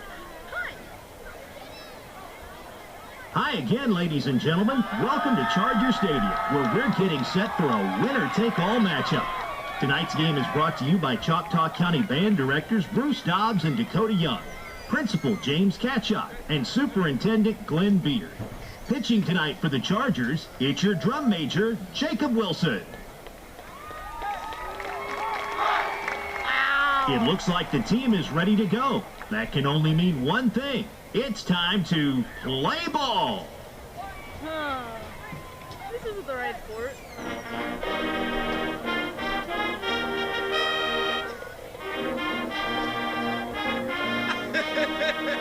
Kaylee, stop!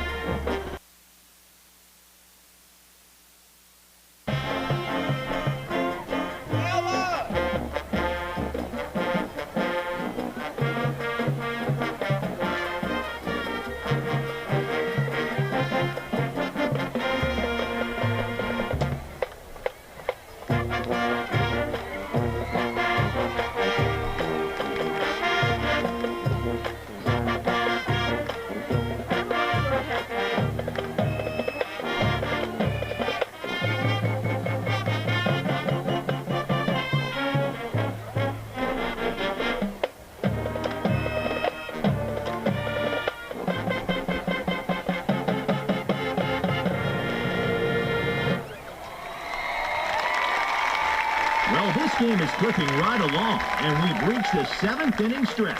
Wherever you are, stand up and join us in singing "Take Me Out to the Ball Game." Take me out to the ball.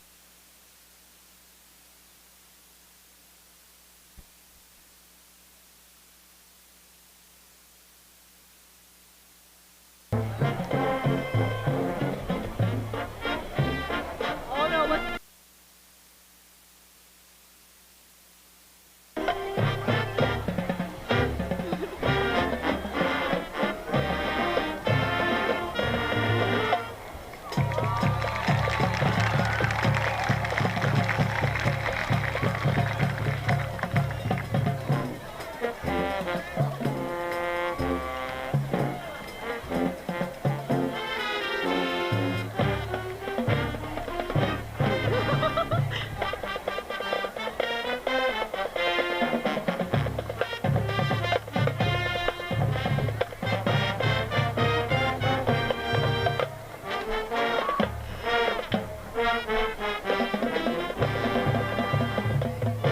now I'm black again. Are you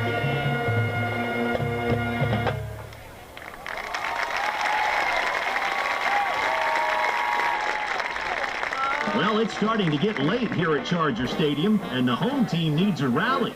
Here's your chance to give the Chargers a spark by singing along with Sweet Caroline.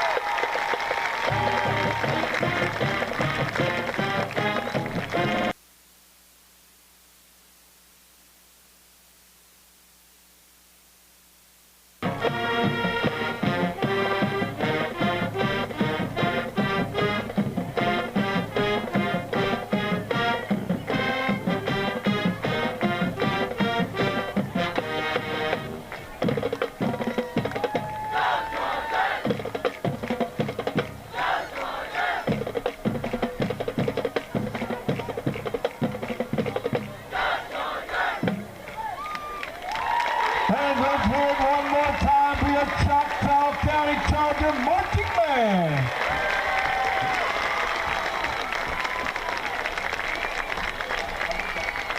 Tiger fans, now's the perfect time to go visit the visitor side concession stand and support your football booster club. Barbecue sandwiches, nachos, ice cream, and so much more. Support your boosters and visit the visitor side concession stand. Go Tigers.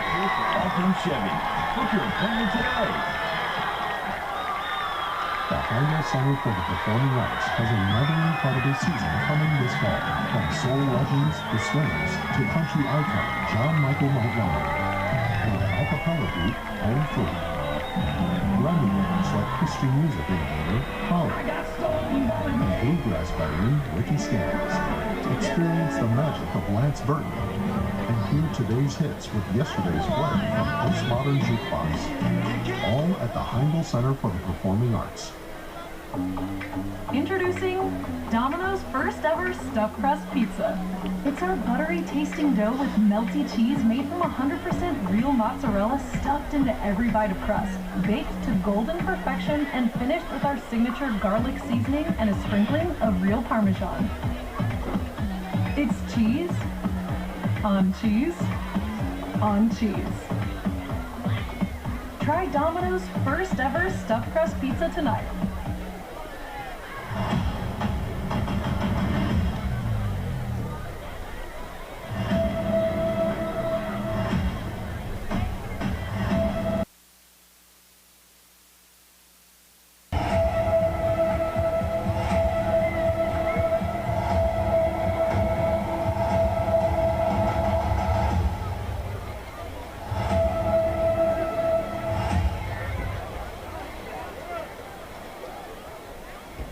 Hi, this is Mayor Jim Johnson. On behalf of the Board of Aldermen, I want to welcome you to the new, beautiful Hernando Tiger Stadium.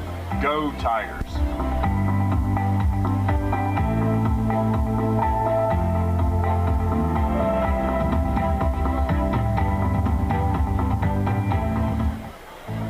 There's a lot of banks out there, but there's not many like Southern Bancorp. You see, we're more than a bank in both who we are and what we do. Sure, we offer accounts and loans for you to bank and borrow for today, but we can also do more to help you build for tomorrow, like credit building, home ownership, small business support, and more. So no matter the financial story, we can help, because that's what we do. Southern Bancorp, wealth builders for everyone. Member FDIC, equal housing lender. Hey, Gary McDonald here from Toyota Hernando, and I speak from the entire Principal family. In case you're wondering who our dog in the fight is in DeSoto County Athletics, you just need to take one look at our logo and figure out what team that we've decided to be rooting for. We're all about the Tigers, folks. This is the Tiger family. On three. 1, 2, 3. Go Tigers!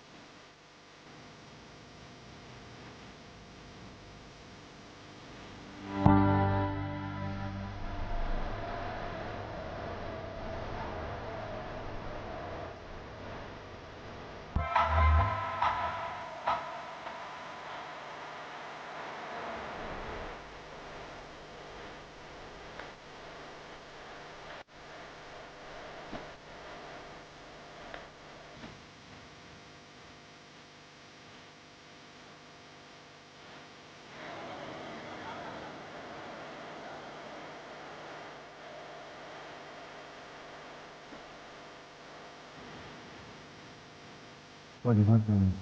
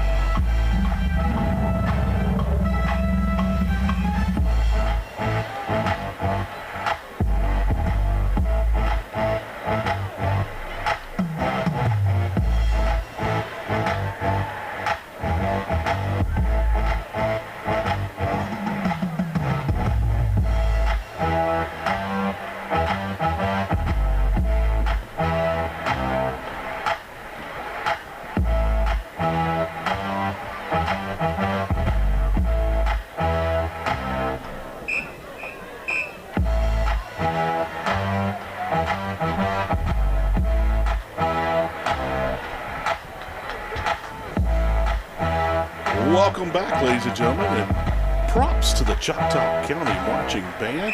Played all your famous and favorite hits. It's kind of fun to see the Choctaw Band out there. Sweet Caroline, Put Me in, Coach.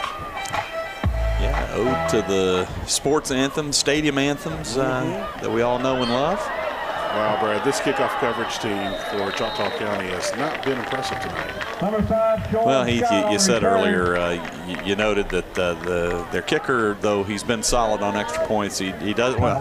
We're spoiled, right? Let's be 100% honest. We're completely spoiled here with Will Usselton, and but while he's been consistent again and made all 3 of the extra points, he just doesn't have the distance that Will does, and so it kind of puts your coverage team in a bind there. But Tigers, good field position, starting at midfield, 1st and 10, first play of the second half here. 50-yard line, ladies and gentlemen. Tigers showing Shep what they did first half. Running out shotgun formation. Here we go. Tigers work in the middle of that line. It'll bring up second down. Yeah, Brady Clancy on the carry there. 13, Around the right Brady side, Clancy on the found carry. room for about a yard, and nice defense there by the Chargers to bottle him up, get him on the Number ground. 10, Zaylon Patton.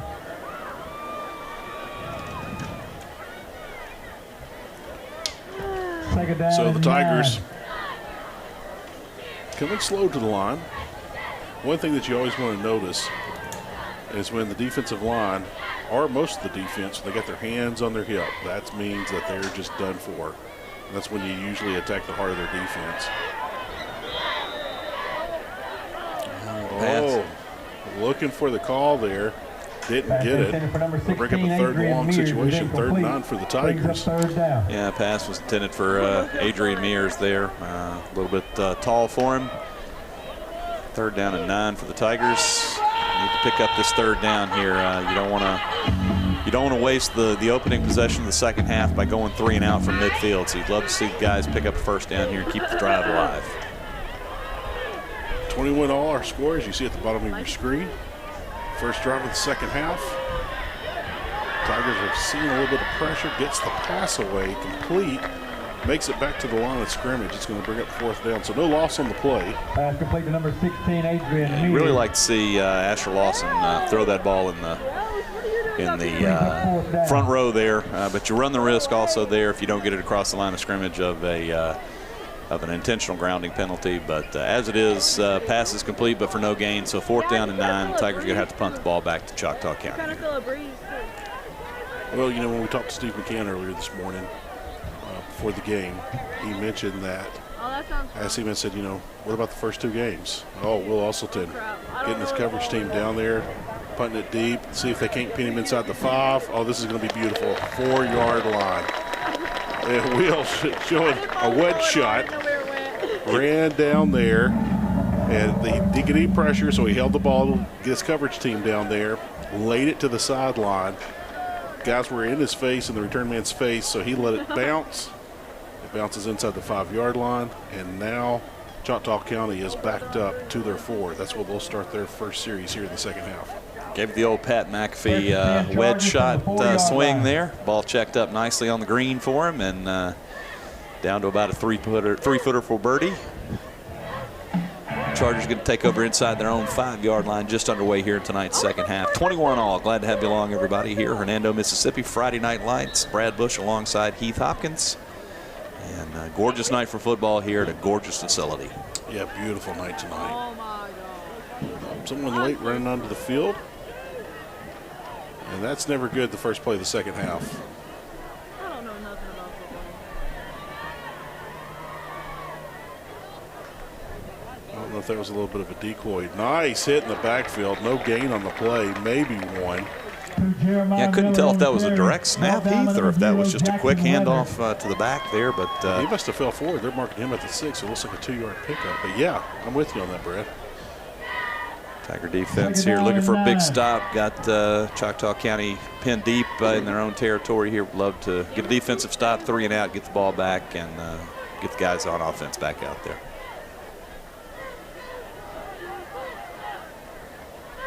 Again, multiple formations.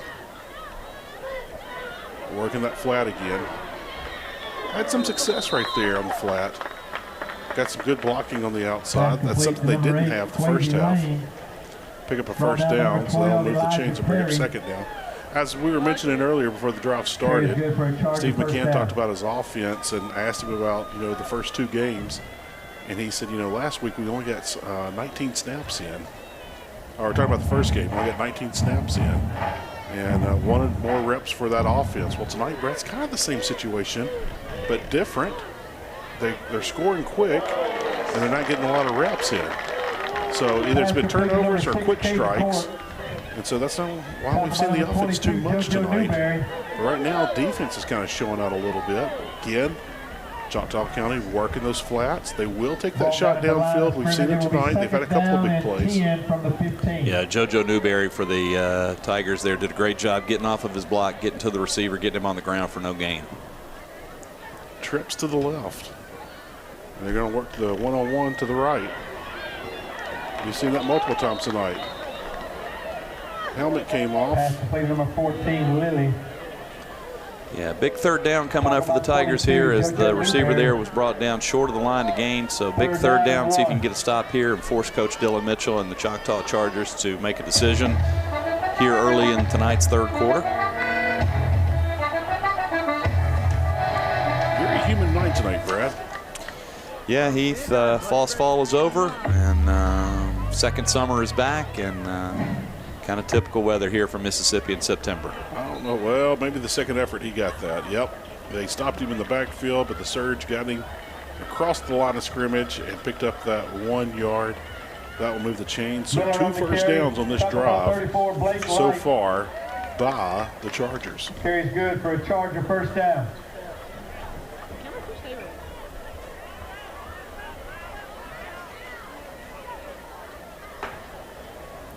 Slow substitutions have been made multiple times tonight by the Chargers. Not in a hurry. They got 6 seconds to snap the ball, and they get it off in plenty of time. There's that deep shot. Almost intercepted. Yeah, number 13, Brady Clancy there. If he'd come up with that one, he absolutely cemented himself as player of the week for the Tigers. Tigers had him bracketed, John. Had a man in front, man behind him. So he had them bracketed. So give the coaches props on that. They kind of saw that one coming. And excellent defense right there. And Heath, looks like we've got a penalty here possibly.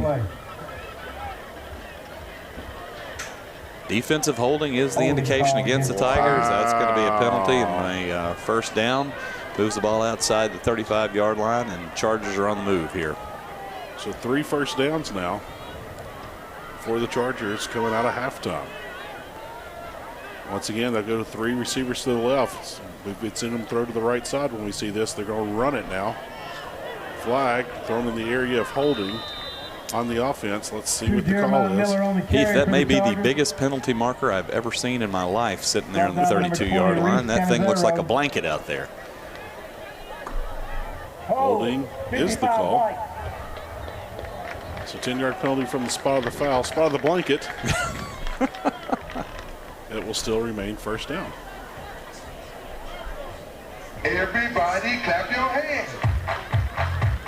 So that moves the ball out to back down to the 26-yard line of the Chargers. Still first down, 1st and 20 to go. See what Coach Steve McCann and his defensive staff dial up here. And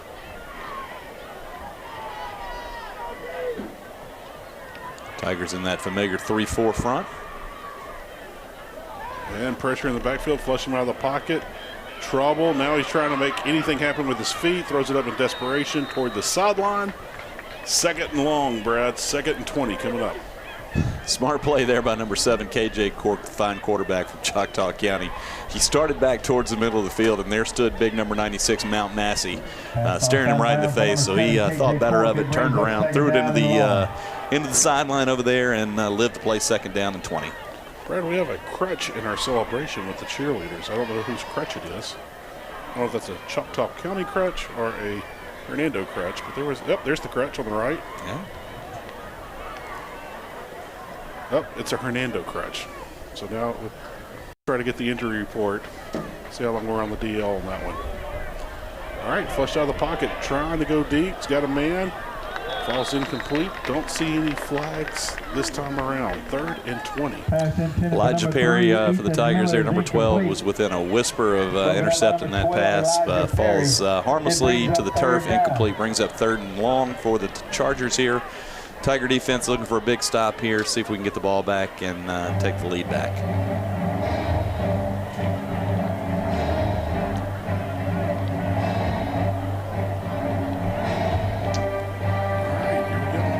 Placed on the 25-yard line. 6 minutes, 37 seconds remain in the 3rd quarter. 3rd down, 20 yards to go. 2 receivers to the right, 1 to the left. You have a tight end off the line in the backfield, along with a running back and a quarterback. And now could be a delay of game against the Chargers here. Boy, that was a quick play clock there. Didn't seem like 40 seconds after the, of course, the play clock is 40 seconds after the end of the previous play, regardless of the result of the play.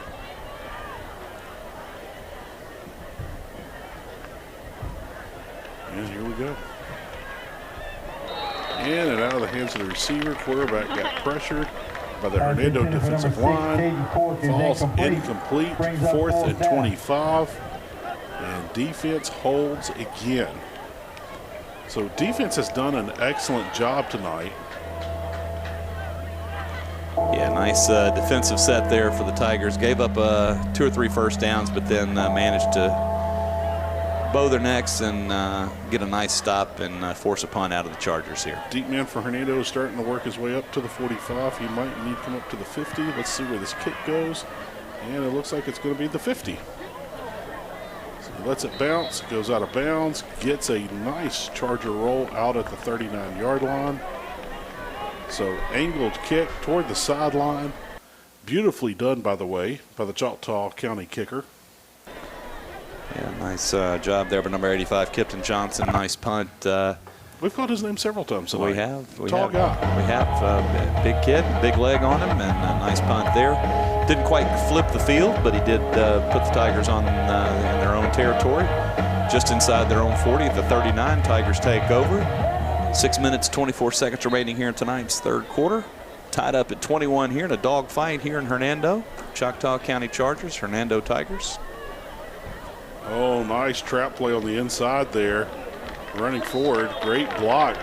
Man, there was maybe a little bit of a face mask being pulled. Brought down by number 9, Lowry. It looks like the Chargers are grabbing the face mask of the Tigers, but no flag like there on the play. Pick up a 7 on the play, 2nd and 3. Here we go. Good hard run by Cooper Langford, number 32, out of his flex back, wing back formation there. As you said, Heath, a little counter play across the formation. Tigers really working it on the ground, attacking the heart of that defense. That was number 13, Brady Clancy again. Heath, how many times is that tonight that we've called his name? He is well on his way to Player of the Week honors and just having a great game there. Nice carry, takes the ball down inside the 40-yard line of the Chargers. We've called Brady's name in the punt return game. We've called his name holding the snaps, called his name running the ball. He's having a great night all around. 1st and 10 for the Tigers, their first down of the 2nd half. And Hernando doing what a lot of teams do. Once you have a nice chunk play like that, you go into a pace and you rush to the line of scrimmage and run the next play, keep the defense on their heels. Both teams are getting a little slow to the line. The officials timeout there. So the water timeout in effect. And right now we're going to take a little break and hear from our sponsors. Brad, who's been sponsoring Hernando Tiger football here this 2025 season? Well, I want to say a big shout out to Skylight Construction and Realty. Are you looking for a place to call home? Just across the street in Delta Landing, Skylight Construction offers a 55-plus active community, townhomes, flats for lease, and single-family homes. Something for every lifestyle. Visit skylightconstruction.com or call Dalton Graham with Skylight Realty at 662-812-1165. Again, Skylight Construction and Realty. Looking for good food and fun down in Senatobia, down in Tobytown, Retro Dough Pizzeria, and Woodchuck's Axe Throwing Restaurant. Throw some axes, demolish a hand patty burger or famous hot chick sandwich, crush some pizza, and level up with classic arcade games. Family nights, date nights, or just hanging with friends, this is the spot for you. Come down and see us in Senatobia, where great eats meets epic fun. Shoestring tackle right there on second down. We'll bring up third down. Brady working his way Plank is your forward. ball carrier. Brought down by 52. He picked up Holman. more than that. I think that is a favorable spot, but I'll bring up third down. Tigers go quick. Keep it on the ground. He's got room, Brad. Yeah, that was Brady Clancy again. As you said, Heath, the Tigers in NASCAR formation, going fast, and going to rush back to the line here. They think they see something in the Charger defense that they can exploit, and they're going to go fast. Trying to wear that defense down. And you know, Brad, let's call it what it is. Choctaw County is a small 3A school. There's not much depth there, and the depth is usually much younger. So wouldn't be shocked if they're trying to expose some of that depth here in the second half in a tight 21-21 all Gain of ball 2 would be game. second down and 8. Well, you're absolutely right, Heath. Tigers definitely see something they're trying to exploit, and they're keeping fresh guys in on offense and trying to keep the defense from substituting. Bring up second and 8 for the Tigers here. Flag coming back around holding, so that will stop the clock briefly. But a nice pickup by the Tigers. You know, Coach McKeon talked about getting Eli Stewart back, and along with Garrett Horton, getting some action tonight. He said that he's going to be rotating those guys in. So Tigers are getting their depth back, and they're trying to expose the depth of Choctaw County and their 16-game winning streak for the Chargers. Yeah, Heath, hold there against the Tigers, going to force them back 10 yards from the previous spot. Nice run there by number 38, Dallas Wooten, but it brought back by the penalty and brings up second and around 18 yards to go for the Tigers. Tigers still going quick. Look at the block right there. Huge block. Jackson Weathers really laying some folks out on that play. Trying to get eyes. Who's that other lineman out there up front? Took on 2 guys, and he hit them hard. I believe that's number 50, Jaden Wilkins, and number 71, Jackson Holloman out there leading the charge. 71. Absolutely cleaning clocks out there, and managed to get about a 5-yard gain for the Tigers. Brings up 3rd and 14. Wouldn't be shocked if the Tigers kept it on the ground here. Trying to nice job by the Choctaw County Chargers. Decision time for Coach Steve McCann here. It looks like it's a quick decision. He's sending out the Mr. Missile Leg himself, Will Usselton. Pretty quick decision, but you know, not many high schools can have the luxury of even having this be a decision, Heath, and the Tigers have that here. Will's going to put his tee down just outside the 35-yard line. Going to be about a 45-yard field goal attempt for Will here.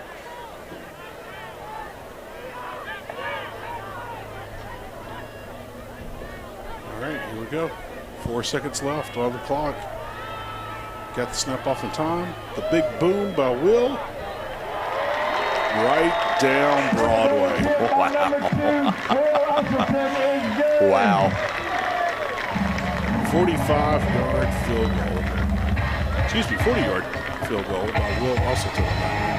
No, that was 45. That was from the 35-yard line. There you go. Add Okay. 10 yards for the end zone. That's a 45-yard line for Will. 45-yard kick for Will. Right down the middle. Tigers retake the lead, 24-21. 2 minutes, 37 seconds remaining in tonight's City third of quarter. Hernando. Brad, you're a Go matholete. Tigers. Good job on that. I was in, what was the high school math, Mu Alpha Theta. I was a Mu Alpha Theta state convention participant in 1994. And where was this back in the 1900s? Yeah, it was in Jackson. Now, Mu Alpha Theta spared no expense and went down there. I don't remember exactly what we did. I remember I did some math contests and math games and didn't do very well. Not really sure why I was on the squad there, but had a good time. I do remember that. It was an excuse So was it a day trip, or did you get to stay overnight? Stayed overnight, oh, man. Wow. In high school back in the 90s, that was a big deal, big time. So had a good experience, had a lot of fun. And do you remember where we had dinner the night before? Did we hit the Pizza Hut all-you-can-eat buffet? Pretty sure we ordered pizza in the room once we got settled in. They put the old tape on the door to keep us in the rooms. I mean, those Mu Alpha Theta conventions can get crazy, Heath. I'm here to tell you. No, but a lot of fun. A lot of fun. Brings back good memories.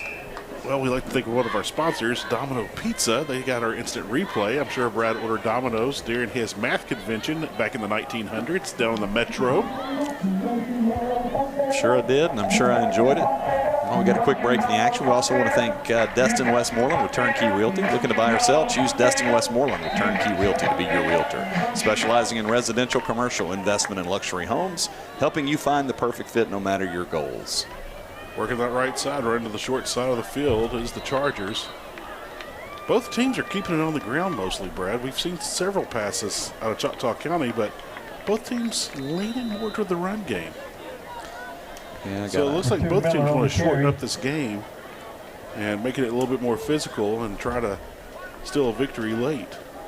And we got a Tiger shaking up on the play. Looks like he might have a cramp out there. He's going to get to his feet here.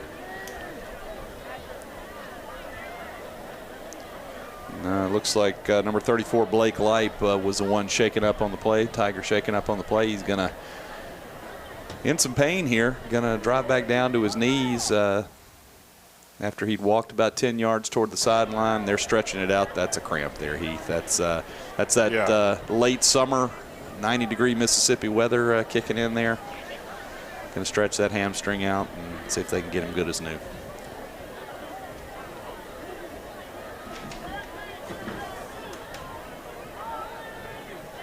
I'm sure if they have pickle juice on the sideline, they'll find it for him.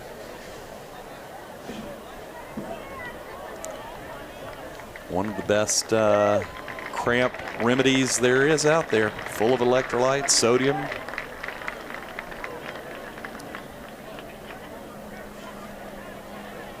All right. So after the cramp, and Blake's name's been mentioned a lot of times with Coach McCann in our meetings so far this season. Like one of the leaders of this defense, makes a lot of things happen. We call his name quite often. Work in the middle of the field. Tigers are there. Looks like they got enough to pick up the first down. Looks like first and 10 for the Chargers. But Brad, we're closing in toward the end of the first quarter. I don't know why they stopped the clock there briefly. Excuse me, the third quarter. Don't know why they stopped the clock there briefly. But now the clock is running again. Well, we had a first down there, a result of the play for Choctaw County. First down outside the 30-yard line. Working the flats again. Almost a block in the back right there. Yeah, number 12, Elijah Perry, did a great job there getting off the block and forcing the receiver out of bounds, holding him to just a 7-yard gain there. 12, Elijah Perry. That's one of those plays, Heath, that little dump out to the it's like a run. Yeah, it's a long handoff. It's a long handoff, but it's very effective, and it's good to pick up, when you need a quick 6 or 7 yards, it's easy to pick up. Nice open field hit right there by the Tigers, making it physical. But it looks like he got enough for the first down, but he paid for it. He absolutely did. Elijah Perry met him head up, stood him straight up, drove him back. Not before he got the first, before he got the first down, but 45-yard line for the Chargers. First and 10 to go. On the move here, late in the third quarter of tonight's game. Tigers clinging to a 24-21 lead. So, Heath, speaking of dill pickles and pickles, where do you stand? And Sonic, where do you stand on the dill pickle Dr. Pepper from Sonic? Have you had one of those? You know, Dr. Pepper's my coffee. That's my jam. I know that about you. Have you had the dill pickle? I have not. I've seen the sign, but I have not had it. I have not either. I was hoping you had, so you can tell me how it was. But you know what I'm going to do? I'm going to go see Dean down at Sonic in Hernando, proud supporter of Tiger Athletics, and I'm going to get one of those dill pickle Dr. Peppers from him. Second down and 10. I always like the Frito wraps. I don't know why they didn't call it the Frito burrito. It just kind of rolls off the tongue instead of the Frito chili cheese wrap. Just give me the Frito burrito. If you're Taco Bell, you call that a chilito. My favorite dining option, fast food dining option back in the days when I could actually eat fast food. Number 8, Dos Mexi Melts. Ah, the Meximelts and the Mexican pizza. How about Taco Bell? I still love the Mexican. Shout out to Taco Bell for bringing back the Mexican pizza. That's clutch. Clutch Gene. 3rd and 2 for the Chargers here. 3rd short. Now across midfield inside Tiger territory. This is 4-down territory. I expect the Chargers to keep it on the ground. 10 seconds to snap the ball. I got plenty of time. But I expect them to keep it on the ground. If they don't get it, I expect them to go for it. He will not get it. We got flag coming in.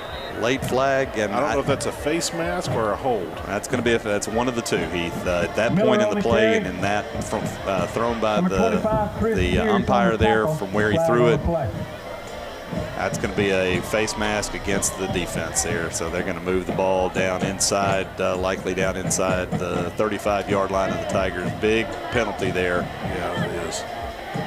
Had the first down, you gave up the first down, but then you tack 15 yards onto the end of the play again. Going to take it down to the Tiger, in the neighborhood of the Tiger 30-yard line. That's a huge penalty right there. Well, I think we might have one more play here in the first half. Now, Choctaw County has been throwing to the flats. They've been running up the middle. Won't be shocked if they take a deep shot here at this play or the next one. Well, here we go, Brad. What did I say? Deep shot. You called it, Heath. Well, corner didn't turn around to look at the ball, ran into the receiver. That was an uncatchable ball. If anyone was going to catch it, it was going to be Hernando. But he didn't turn his head. But he made contact with the collision. Flag on a play. So, not a shocker that they took that deep shot there. A lot of teams, after they cross midfield or pick up a first down after midfield, they'll take a deep shot. That's exactly what the Chargers did right there. Tigers really hurting themselves right now with penalties. That was one of our keys to the game, if you remember, Heath, was to clean up the penalties. And from last week, a little bit sloppy. And this week, not necessarily sloppy penalties. These are penalties of game action and not necessarily preparation and mental mistakes. But certainly a lot of yellow flags against the Tigers tonight, and it's cost them. Shocked they went through the air right there. Thought they would keep it on the ground, bringing up a 2nd down. Brad, if the Tiger defense can hold, it looks like it's entertaining at times when the kicker comes on the field. I don't think we're going to get another play here in the 3rd quarter. I think we're going to head to the sideline and drink some of our pickle juice before we start 4th quarter action. So, ladies and gentlemen, the 16-game win streak for the Chargers, the longest in the state of Mississippi, tied with Tupelo. Both were state champions last year in different divisions. Well, that 16-game winning streak is in jeopardy. We head to the 4th quarter. Your Hernando Tigers 24, Chargers 21. We'll check back here in just one moment.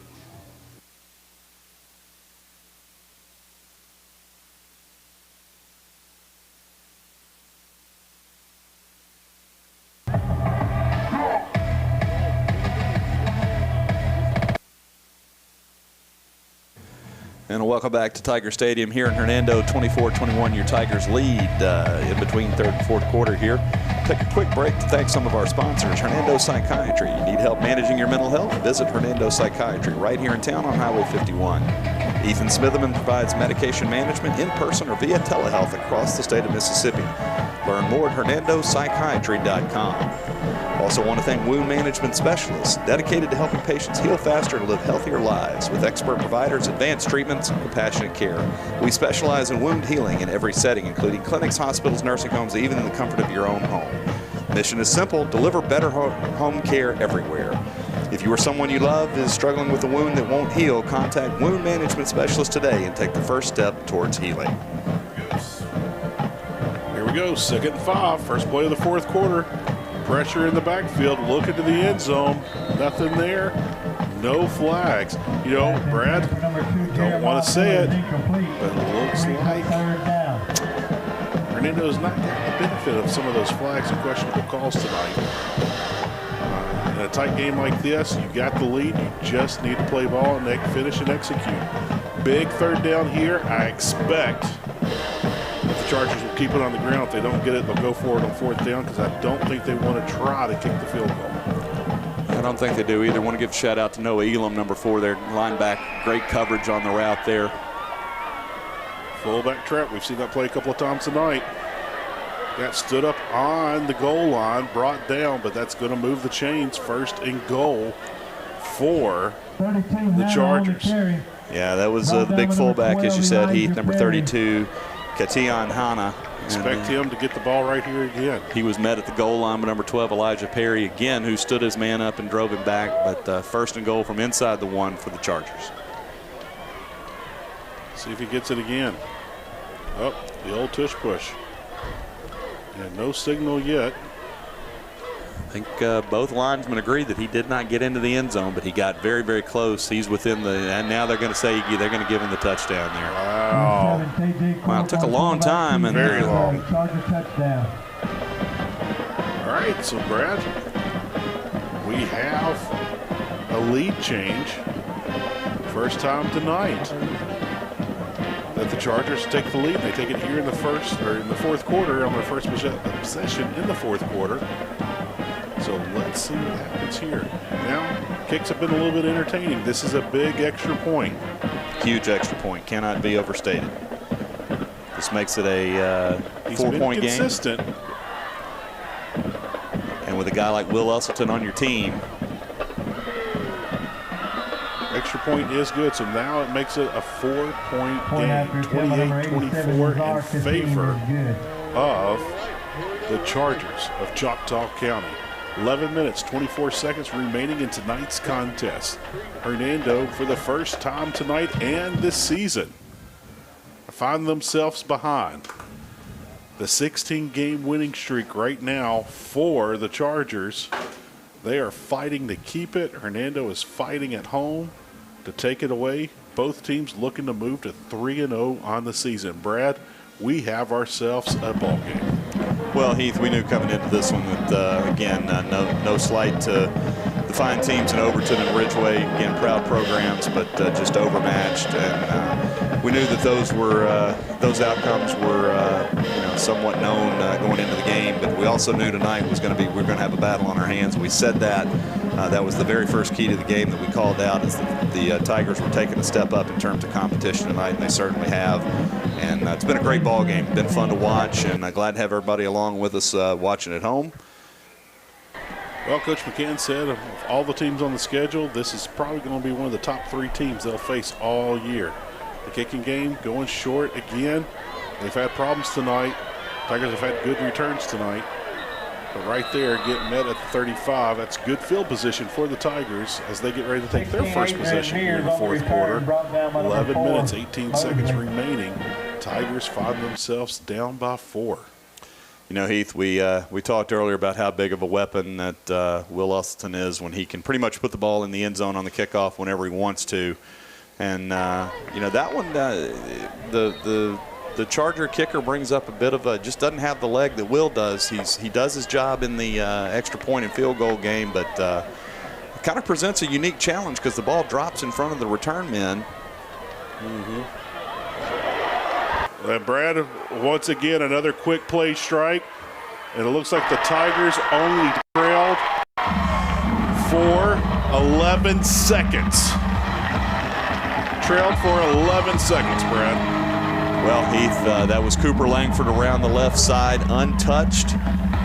Went about, I believe that was about a 65-yard touchdown run for Cooper. And as you said, Heath, the Tigers right back on top here. Again, big extra point. We're in that situation where you've got a 3-point swing, a 4-point swing, and you want to get this extra point here and make this a 3-point lead for the Tigers. Here's the thing, Brad. Nice touch pass play right there out of the backfield. Wonderful touch pass. Maybe we'll get a replay of it here after this extra point. But right now, Hernando getting ready to extend this thing to a 3-point ball game. You get great coverage right here on the kickoff, which we've seen the Tigers do tremendously tonight. Absolutely. You pin them back deep. Now you're forcing them to go the entire length of the field. Will not be shocked to see this ball go out of the back of the end zone. Make them go 80 yards. Tigers found the interception early in the game. That's the only turnover the Chargers have had so far. So look for Hernando to pin the Chargers deep, make them go the entire length, and force them into a mistake, hope for a mistake, just happen to have a mistake. When you have to go the entire length of the field, mistakes do happen. Well, Heath, the wife didn't give me my allowance this week, so I don't have any money to bet. But if I did, I would put everything I had in my pocket on the fact that this ball is going to go through the end zone. I would absolutely bet the house on this one. Will Usselton is jacked up, and again, we talk every week, Heath, about the ball just explodes off of his foot. That extra point there, I was watching.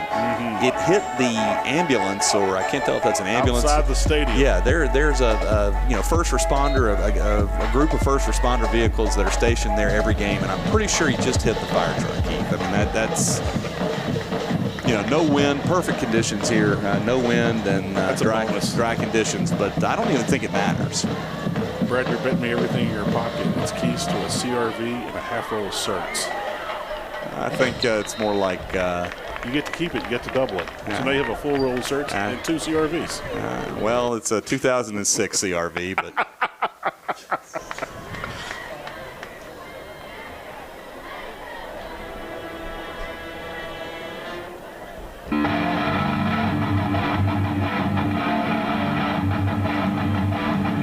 11 minutes, 7 seconds remaining here in the contest.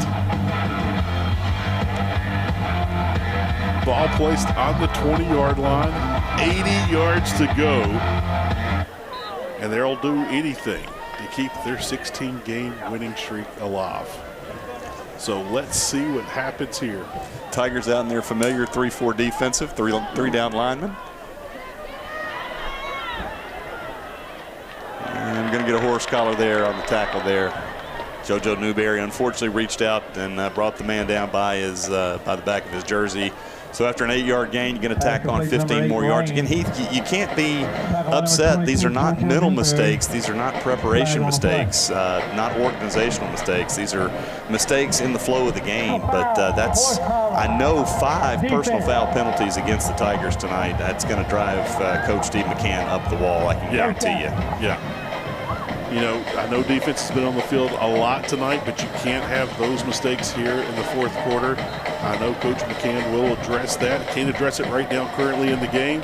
Right now you just need clean, hard-nosed football. The defense has looked excellent all night. I expect to see pressure from that defensive line right here. They're going to try to do a quick hitter. And they're getting up. That's Brad. One thing I'd like to point out, earlier in the game, those passes were in the flats. Now they're kind of going a little bit further upfield. Well, what you got to be careful of, Heath, here is, again, is Choctaw County baiting the Tiger defense there. You know, those quick hitters, those quick outs to the sideline. You know, quarterback KJ Cork pump fakes one, Tiger defense bites, and your guy goes right behind you and over the top. It goes for a long play, chunk play. So you got to be real careful not to jump those routes.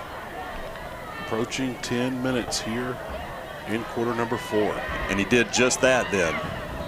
He wasn't able to get the ball off down to his intended receiver. Tiger defense did a great job, but he hit him with the pump fake there, the pump and go. And Tigers didn't bite to their credit, but they do get the first down inside Tiger territory at the 45-yard line.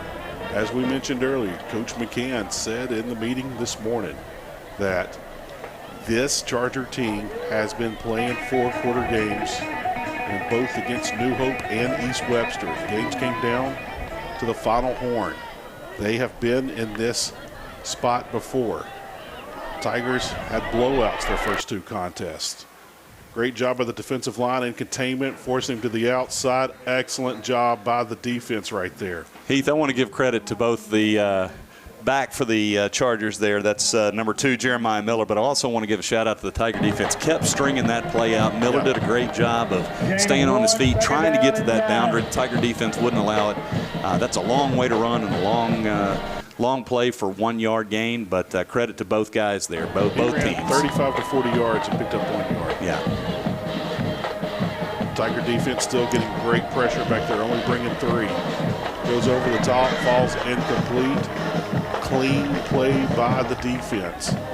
So, Brad, Tigers are only bringing 3 and getting a ton of pressure back there. So this is quite impressive by the defensive line. Hey, this game, as Coach McCann stated, it was going to be strictly about the offensive defensive line. Tigers are winning. The Tiger defensive line have been out there all night long, but they're still winning that battle up front. Well, and again, shout out to Brady Clancy and JoJo Newberry there for not jumping the route, not jumping on the pass fake out to the flat like you just saw there. And, all right, fourth down. It's decision time. He is going to be short. They are going to mark him short, I believe. So it's going to bring up a fourth and very short for the Chargers. I'm expecting that fullback to check into the ball game. Let's see. Yeah, this is a big play, Heath, here with 8 minutes and 40 seconds to go here in tonight's ball game. Stop him here, and man, the party can't start, but you can start thinking about it. Oh, loose ball on the field. I believe the Tigers got it, Brad. What's the call? What's the call? That's Heath Hammett's football. That is Heath Hammett's football. Number 15, Heath Hammett on the ball. So Heath Hammett comes up with the loose ball. They try to go quick snap under center. Ball gets loose. Tigers recover. Brad, 8 minutes, 30 seconds away from snapping the longest win streak in the state of Mississippi in high school football. You have a 3-point lead. The Tiger offense, they got to get something going here. You'd like to see 2 first downs. They don't have to score, but you would like to see them milk that clock. If you put another score on the board, take it to the land of milk and honey. The weekend will start, and it'll be a fun one. Here we go. Tigers standing on the ground, and Brad, that offensive line is having their way. Lots of blocks downfield, 12, 15 yards down the field. You're seeing great blocks. Plowing the road, Heath. That's the only way to put it right now is they're just paving the way for those Tiger running backs, tucking right in behind those big boys up front, and getting 4 or 5 yards a play.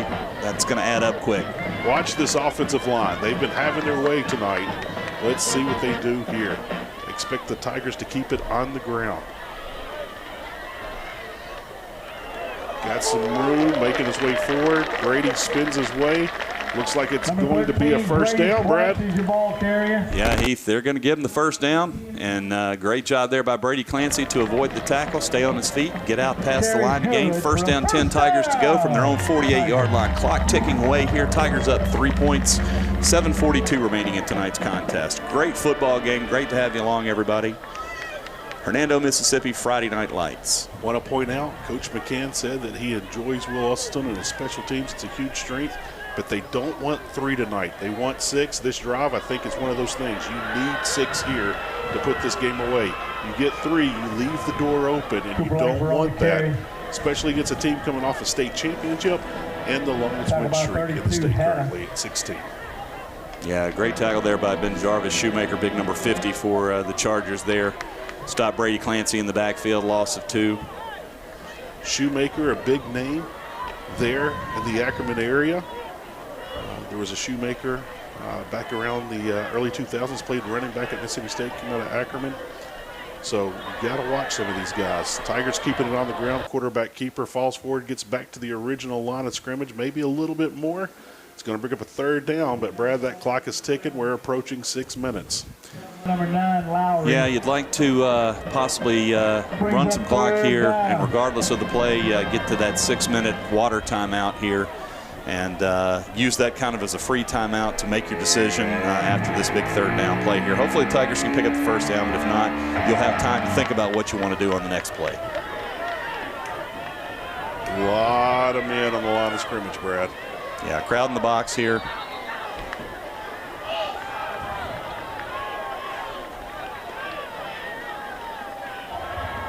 False start. And Offense. don't know if you can hear the coaches in the booth, but we did.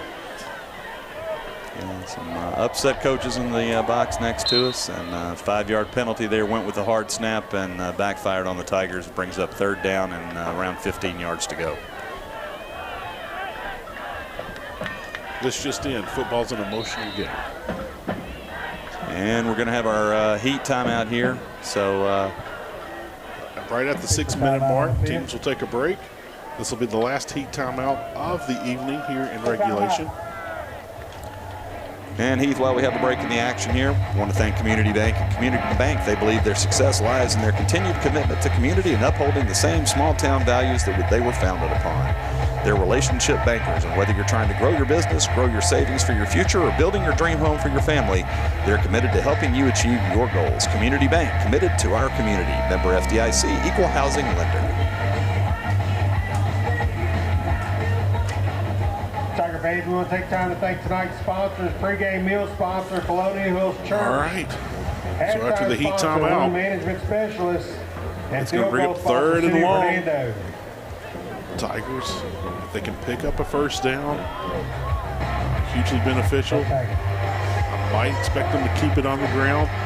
You've got a phenomenal talent in special teams in Will Usselton, who's had a great night and has been kicking the ball tremendously. Has pinned them deep several times.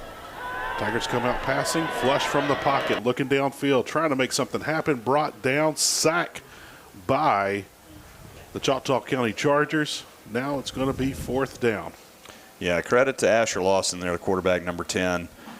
Could have panicked there and made an ill-advised throw, but good job of understanding that a punt here was the best outcome of that play, and did a great job of just holding on to it and getting it to the ground. And now the Tigers put in their special teams weapon, Will Usselton here. You know, Peyton Manning talked about this on the Manning cast, that punt is not a bad play. No, it's not. And right there, you could have forced something into a bad play, but you didn't. Now you got a nice high kick. Something can happen right here. All right, so he pins them inside the 20, down to about the 19-yard line. 5 minutes, 7 seconds. Brad, we expected this one to come down to the very end, and it looks like we're going to get what we expected. Great game tonight. Two teams that really want it. Shockingly, Brad, they took the ball off the 19 and moved it to the 22-yard line. Yeah, Heath, that one kind of nicked Elijah Perry, deep snapper down there. A lot of times on punt formation, you're going to see the deep snapper as the first guy down there, yes, and kind of glanced off of his shoulder pad. That's the right call by the official there. Ball first touched around the neighborhood of the 22-yard line. Chargers take over, 1st and 10. 5 minutes, 7 seconds remaining. Tigers clinging to a 3-point lead here. Here we go. 3 receivers to the right, 1 to the left, and they go out of the backfield to the running back. So we saw that earlier in the game. Haven't seen that here in the second half. So they're going to take safety precautions, throw underneath, and try to move the ball. We're under 5 minutes. Well, Heath, here, if you're a Tiger defense, your deep is their deepest, as they say. You keep your man in front of you. You don't want to go to a prevent. Far too early to go to a prevent, but you want to stay as deep as their deepest. Forced out of bounds. That will stop the clock. No, they'll stop the clock to move the chains, and then I believe they'll wind the clock as soon as they get the ball set for play here. One thing to remember, the Tiger offense has had massive success in quick strikes tonight. Well, I thought maybe it was under 2 minutes that the clock stopped on the out of bounds. Maybe it's under 5 minutes. Maybe I need to freshen up my rules, but got a false start on the play here, so that's going to back the Chargers up 5. Going to be 1st and 15.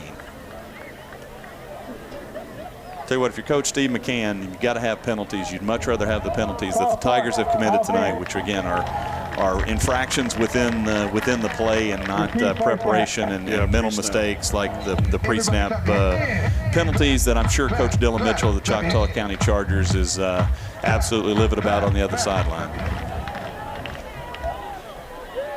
Here we go, 1st and 15, man in motion. It makes it trips to the right. He's got his man underneath. He's going down. That's the wheel route, Brad. That's the man out of the backfield they're going deep to. Pass falls incomplete. Two Tigers bracketing him down the field. They were expecting it. Brad, this Tiger team has been excellently coached all season long.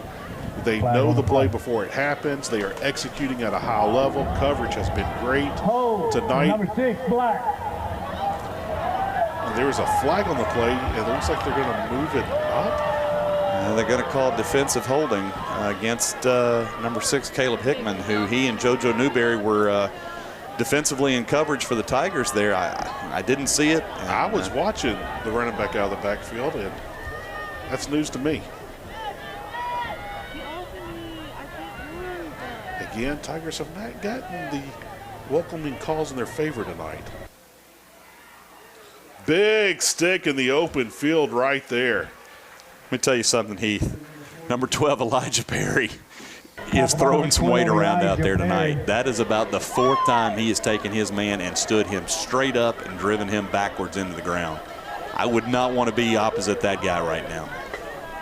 Approaching the 4-minute mark. Twin receivers on both sides. Flush from the pocket, trying to go deep. What a play. Pass batted down. What a play by Brady Clancy. Heath, they don't ask my opinion, but I'm going to tell you right now, number 13, Brady Clancy, is my player of the game. He has had an excellent night. And he is shaking up on the far sideline here, so we're going to have a stoppage in play. Hopefully that's just a cramp for, and it is. They're going to stretch him out. Shout out to the training staff of Choctaw County there on the other side of the field where Brady's on the ground. They hopped right into action and stretching him out there while the training staff from the Tigers trots over to check him out there. Again, looks like it's just a cramp for Brady. Tigers clinging to a 3-point lead. 2nd and 10 will happen here when we resume action. Tigers have looked excellent tonight. Has it been a clean ball game? No, not for either team. But has it been an excellent game of execution on both sides of the ball by both teams? Yes, it has. High-level football we're watching here tonight, Heath. And I tell you, for as fun as it is to have 48-0, 39-0 blowouts like the Tigers did in their first 2 games, it's also fun to play a whale of a ball game against a high-quality opponent. We knew that coming in. We knew this was going to be a contest. We knew this was going to be a ball game. And again, shout out to both teams, both coaching staffs. They've got a lot to be proud of regardless of tonight's outcome. But I'm looking forward to the last 3 minutes and 59 seconds here. See if the Tigers can pull this one out. See if we can't get some pickle juice into Brady. 2nd and 10. Here we go.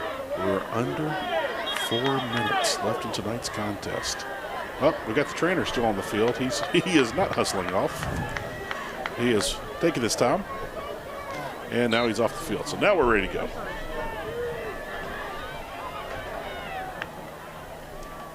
Brad, they really like to go to the left side of the field, especially passing the ball. Flushed out of the pocket, actually falls forward. That's a nice little pickup there. Didn't see that happening. Well, Heath, I know this about KJ Cork, the quarterback for Choctaw County. One of the most prized recruits in the state of Mississippi last year, played for this very team, and Caleb Cunningham, who's a guy who ended up signing with Ole Miss. And in the state championship game, KJ Cork was the MVP. So that tells you what kind of ball player he is, and now he's back leading this team, and tremendous ball player, and been very, very impressed with the way he's handled himself, the way he's handled his team tonight. 3rd and 4, big 3rd down, 2-down territory for sure. Here as we approach the 3-minute mark. Here we go. I expect them to keep it on the ground. They're going through the air. Nice little pop pass complete. He will fall. Oh, I thought that was a loose ball. It's a loose helmet. Yeah, I'm with you, Heath. I thought the ball had popped loose there, but that is just a pass complete to number 19. That was the receiver there, number 19, Jeremiah Davis on the reception. He's the one whose helmet came off. But more importantly, 1st down, 10 yards to go for the Chargers. Clock's ticking away. 3 minutes remaining here in tonight's game. Ball at the 40-yard line of the Tigers. Tiger defense looking to see if they can get a stop here. All right, here we go. See if the Tiger defense can stiffen up right here. Twins to both sides. They're going to the right side. Nice containment right there by the Tigers. And a late flag comes in. Is it going to be defensive holding on number 14? I think that's going to be a hold against the receiver. Yes. He showed holding against the Chargers. Tigers have another cramp. Brad, that's 3 cramped up players here on this drive, 4 for the night for the Tigers. Yeah, that's number 15, Heath Hammond, down on the field again. It does look like it's just a cramp, but good job by Heath there. Number 12, Elijah Perry. They held Heath there trying to get there, and then as they were doing that, Elijah stepped in and got him on the ground. Referees dropped the flag, and it's going to push the Chargers back to the 50-yard line, 1st down and 20. But more importantly, Heath, 2 minutes, 42 seconds remaining here. Both teams have all 3 timeouts left. Ball at midfield, ladies and gentlemen. And looks like, looks like we've still got the injury timeout going on, so I think they're going to send both teams to the sideline here. Well, for you young players out there, if you're going to be hydrating for a big contest like tonight's Tigers are playing, you want to start on Wednesday. You want to start drinking on Wednesday. Get that water in you. Well, go see Dean down at Sonic of Hernando. Get one of those dill pickle Dr. Peppers There in you you. go. But make sure you do it on Wednesday. And then again on Thursday, and then maybe even on Friday before the game. And if you win and celebrate, where you heading, Brad? Heading to Sonic. Have another dill pickle Dr. Pepper. Absolutely you are. Sonic open late in Hernando. 7 p.m. next Friday night, homecoming right here in the beautiful new Tiger Stadium. All right. So the water and injury timeout is almost over. It was an injury timeout.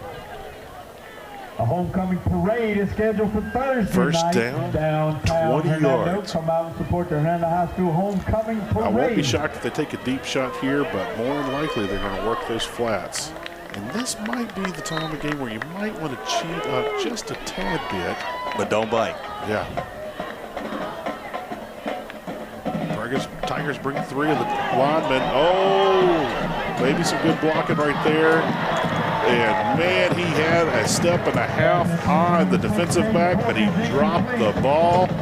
Pass falls incomplete, 2nd and 20. Won't be shocked if they come back and run that very same play here again.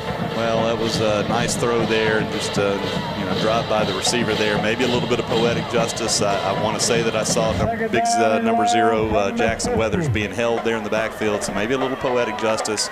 Regardless, the ball falls incomplete, brings up 2nd down, 22 minutes, 35 seconds remaining. I thought Jackson was being held originally when I started watching. It looks like it was just a good double team block. Here we go. Oh, they bring a blitz. 5 come, Brad. They've been sending 3 all night. They send 5. And pass falls incomplete. There was a hole in the coverage for the Tigers, but with the bringing 5 rushers on that, he was flush from the pocket, had to throw all the way across his body downfield. That is a very dangerous pass to make. Falls incomplete. 3rd and 20 right here. And wow, Chargers looking for something. Shocked to see the Tigers bring 5 on that last play. Now you got that quarterback guessing. So here we go. Are the Tigers bringing 5 or are they going to bring 3? Let's see what happens. Oh, boy. They're going to say that's a live ball, Heath.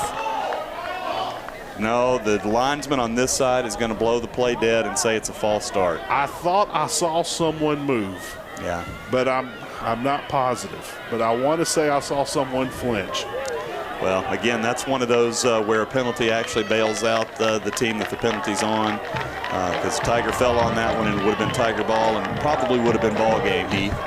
But as it is, a loss, and it's going to bring up 3rd down at about 25. Huge play here. You want to keep them in 3rd and long and make them make a decision on 4th down. Make them have a difficult decision. Tigers are bringing 3. They're dropping the rest. Here we go. They're getting pressure on him, Brad. He's going to run. He's going to run. He's past the line of scrimmage. He was past the line of scrimmage. He was past the line of scrimmage. And the flag has been dropped. So it's offsetting penalties. We're going to do this again. Yeah, that really unfortunate there for the Tigers. I don't know if the illegal forward pass supersedes whether or not that's pass interference or not. That is true, because he did pass the line of scrimmage. I don't know that I've ever considered this, but because he's beyond the line of scrimmage. That should negate it because the ball has crossed the line. He cannot make a legal forward pass. If he can't make a legal forward pass, that should cancel out the pass interference call. Let's see what it's going to be. Hey, officials are human. They make mistakes, but we're fixing to get a call that could be a game changer right here. He crossed the line of scrimmage, which dropped the penalty. That's the first penalty of the play. That is against the Chargers. They're calling pass interference against the Tigers. Let's see what the call is. There's the illegal forward pass indication. And they're saying it's offsetting. Wow. Well, the biggest result, the ball goes back to the original line of scrimmage, but the biggest result is they keep the down because the legal forward pass should be a loss of down. Correct. And that was another flag. False start. So you went from 3rd and 25 to 3rd and 30. Well, I'm going to tell you something right now, Heath. The home fans are having something to do with this. They're playing a role in this. Home crowd is really into it, and I think they're causing some of those wideouts for Choctaw County to jump early, because that's about the 7th or 8th false start that's been called on Choctaw County tonight. We haven't seen this all season. We haven't seen it tonight. But would the Tigers dare dream up a corner blitz from the blind side and just drop an extra man or two in coverage on that side? Won't see it coming. Have those 3 men up front, the corner coming up. There's not a corner over here for the blind side, so we won't see it. Great pressure. He's got a hand on him. Brought down. We got a 4th down, Brad. The game will come down to this. We're going to be under 2 minutes. It is going to be 4th down and about 33. Well, with all 3 timeouts left here, Heath, I would not be shocked to see. No, looks like they are going to go for it. I was going to say I wouldn't be shocked to see them punt, Choctaw County, that is, punt. But no, they're going to put it all on the line here and go for it. They do have all 3 timeouts left. But if they don't get the first down here, Tigers take over. And the 16-game winning streak on the line. 4th down, 33 yards to go for the Chargers of Choctaw County. Pass is complete. No, dropped. Great defense right there. Hey, Brad, who was it again? Who was the big hitter? We've been calling his name all night. You want him to be the player of the game? Number 13, Brady Clancy, with a big hit right there. Well, he just sealed it. I don't care whether they ask me or not, Heath, because if they don't give it to him, he got robbed, because he has absolutely played all over this football field tonight. He had a kick return for a touchdown earlier in the night. A huge play there. He's been big on the offensive side of the ball as well, and pretty much sealed the game there. Now, again, Choctaw County does have 3 timeouts. Yes. 3 timeouts left. We got a flag on the opposite side of the field here. I'm wondering if we're not going to get an unsportsmanlike conduct against the Choctaw County sideline here. This could be a big penalty, Heath. It could be a massive penalty. I don't know if it's going to be a sideline warning or if it's going to be unsportsmanlike conduct, but we do have a flag on the far side of the field, thrown well after the play. Here it is. They're marking it off, Brad. So that's exactly what's going on. Here's the white hat. He's fixing to let us know what's going on.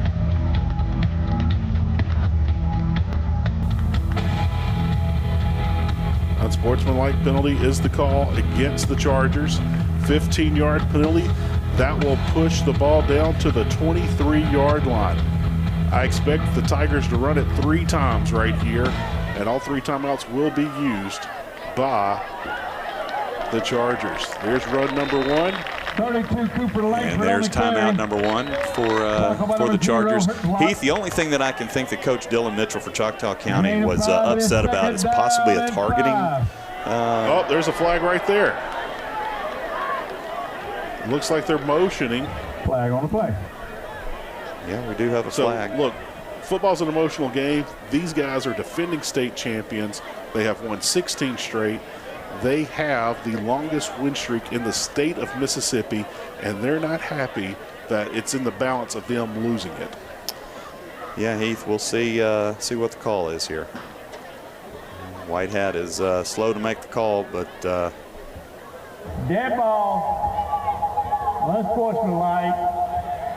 White.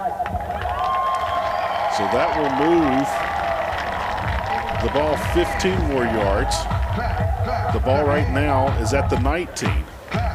Well, Heath, I didn't see what happened, and maybe it was something that one of the players said to the official. Again, I didn't see any action that would have led to that penalty, but going to take the ball down inside the 10-yard line, bring up 1st down and goal. I also want to call back to that last play there, because I saw number 32 Cooper Langford kept both hands on the football there, Heath. Well coached by Steve McCann there and his offensive staff. Keep both hands on the football and cover it up, and don't give any chance to have that ball busted free.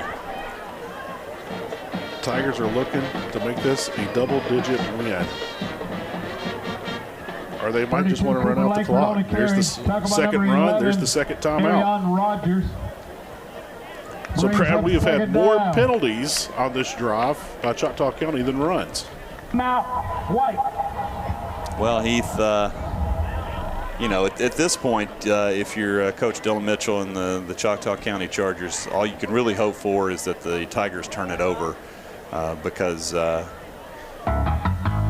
this point, this far deep inside Choctaw County territory, I wouldn't be surprised to see Coach Steve McCann go for it on if there is a 4th down play to be run. I wouldn't be shocked to see him go for it and pin the the worst thing that happens there is you pin them deep and then they've got to go the length of the field with no timeouts left.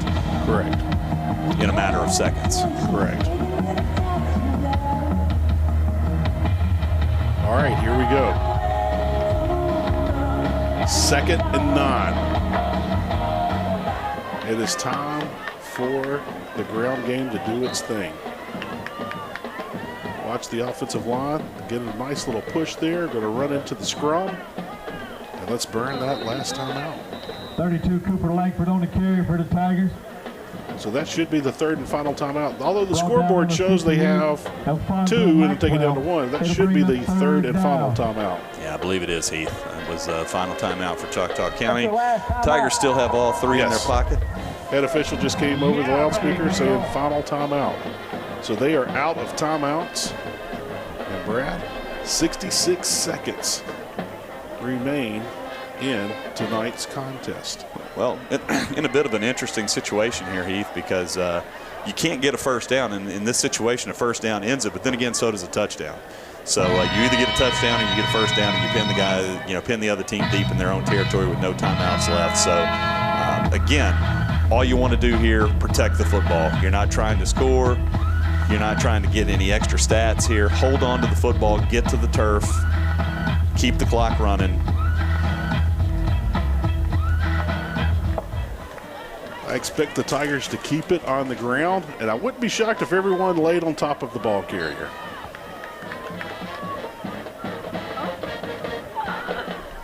Here we go. Work in the middle.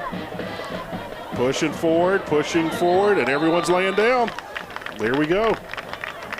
Slow to get up, slow to get up. Yeah, that was number 38, Dallas Wooten on the carry there, and sure enough, they're laying, and we've got a stoppage in play here. Because people aren't standing up, they're laying down on the job. Okay, but surely we're going to wind the clock here. Yes, waiting for them to start that now. Okay, yeah, and the clock is now running. All right, so you got 15 to snap. So you're going to take this down to about 17 seconds. And I believe the Tigers will call a timeout then with 17 seconds. Let's see. There you go. Did my math right. I might have to join you on your next trip to the Metro on your math tour there, Brad. Your math vacation. Mathcation. Well, you can't bring anything less than your A game, so I don't want you showing up if you're... I'm just there for the pizza. And yes, I want pineapple on my pizza. You can put the tape on the door. Just leave me the pizza. Special shout out to Domino's for being a sponsor of Tiger Athletics. Be sure to pick up a slice or a pie here in the stadium or at home. Domino's Pizza, proud supporter of Tiger Athletics. And yes, they do have pineapple to put right on that pizza for you. Extra pineapple. Hawaiian pizza. It's always a fun one. Never order it. Well, there's no gray area when it comes to it, right? People either love it or they hate it. Yeah, it is a black and white There is no gray area there. You and I seem to be fully in on team pineapple. All right, here we go. See what the Tigers do right here. They are going to keep it on the ground. Why do we keep doing the same? All right, so they will take over on the 10-yard line. 13 seconds left. I thought you might see a pass play, but if the ball gets tipped up in the air or a blindside hit, now you're just flirting with disaster. So 90 yards, 13 seconds, no timeouts. And if you get tackled in bounds, the ball game's over. Well, the good news here, Heath, is that the Tigers do have they have 2 timeouts left. They could stop the clock if something happens and Choctaw County, gets them on their heels or something. They can stop the clock and regroup. You don't want to stop the clock, but you can. But this will be the longest 13 seconds in a long time. Again, Heath, as you said, 16-game winning streak for the Chargers on the line here. Tigers lead by 3, 13 seconds to go. I wouldn't mind if they put the defensive backs there on the 50-yard line. They go underneath. Yeah, lay down. Count it with me, Brad. Heath, 6 I think seconds left. They're going to spike the ball. So they're going to get one more. Oh, nope. He's going to run a play. Well, they haven't wound the clock for some reason. I'm not sure what that was all about. I don't either. He's past the line of scrimmage. You can't throw it.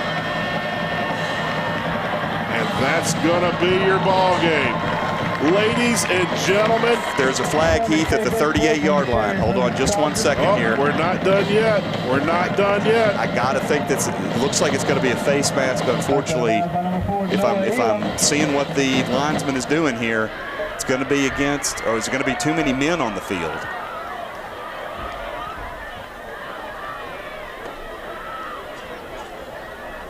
Yeah, the Tigers have 12 men on the field. This is actually a very good call here by the officials. 12 black jerseys are on the field. Give it to Brent Johnson in the booth once again. Your eye in the sky for Tiger football. He picked up 12 men on the field immediately. Yeah. Now, I'm not sure. Is this an end of the play thing, or is this from the previous spot? I think this is going to be an end of the. Yes. Wow. Holy smokes, Heath. We're going to have one untimed down for all the marbles. One untimed down. Here we go. We're going to place it on the 40. Holy smokes, Heath. What a game. Win or lose. I'm going to say it right now. Is going to wait and probably get a timeout right here, maybe. Nope. He's walking. He likes where his defense is at. So here we go. Now he takes the timeout. There it is. Now he takes the timeout.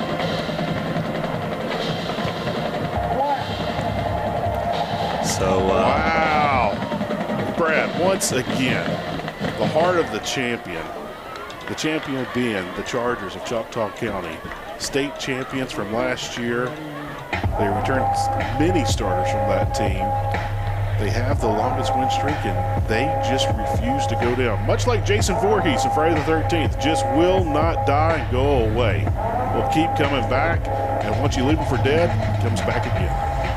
Well, here we are on Friday the 12th, not quite Friday the 13th, but you don't get much more exciting than this at any level in any sport, Heath. One untimed down from the opponent's 40-yard line for all the marbles. You either get this one in for a touchdown and win by 3, or you lose by 3, or you guess you could have another defensive penalty, and we'd live to play another untimed down. I guess that's a result of a play as well. But see what the so if you're Coach Steve McCann, what do you do here? Do you put your guys back? What kind of pressure? I might put 3 guys in a cover 3 and put them on the 5-yard line. What do you do with your defensive line? Do you drop your defensive line? I send 3. I might send a blindside blitz. But if I did send a blindside blitz, I would have one of the fastest guys on the team just go back and crash hard. Line him up on the outside of the corner and just let him crash, because you've got guys deep. You've got plenty of guys deep. So basically, you got 3 outfielders back there, right, center, and left. Coach Steve McCann is having a discussion with the white hat. I'm not sure exactly what he's talking about here.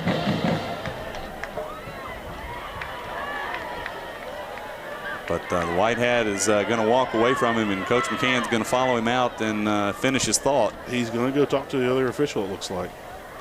He's going to call in. He's calling in somebody. He's calling in. Calling in the field judge here. Not sure exactly what the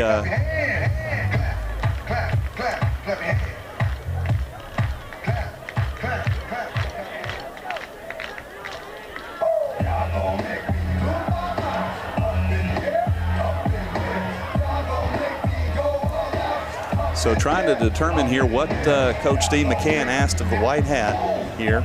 Speculation in the booth here is that it should have been a dead ball at the snap, but we're a little unclear as to what the rule is there. Again, Tigers had 12 men on the field, and that is certainly a penalty.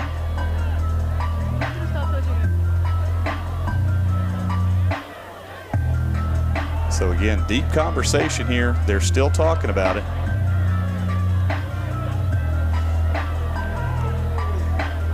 Little Sheck West Mobamba playing over the stadium here, and Always gets the crowd riled up. Student section having a good time down there tonight. To our left, look down to the right, band and cheer squads.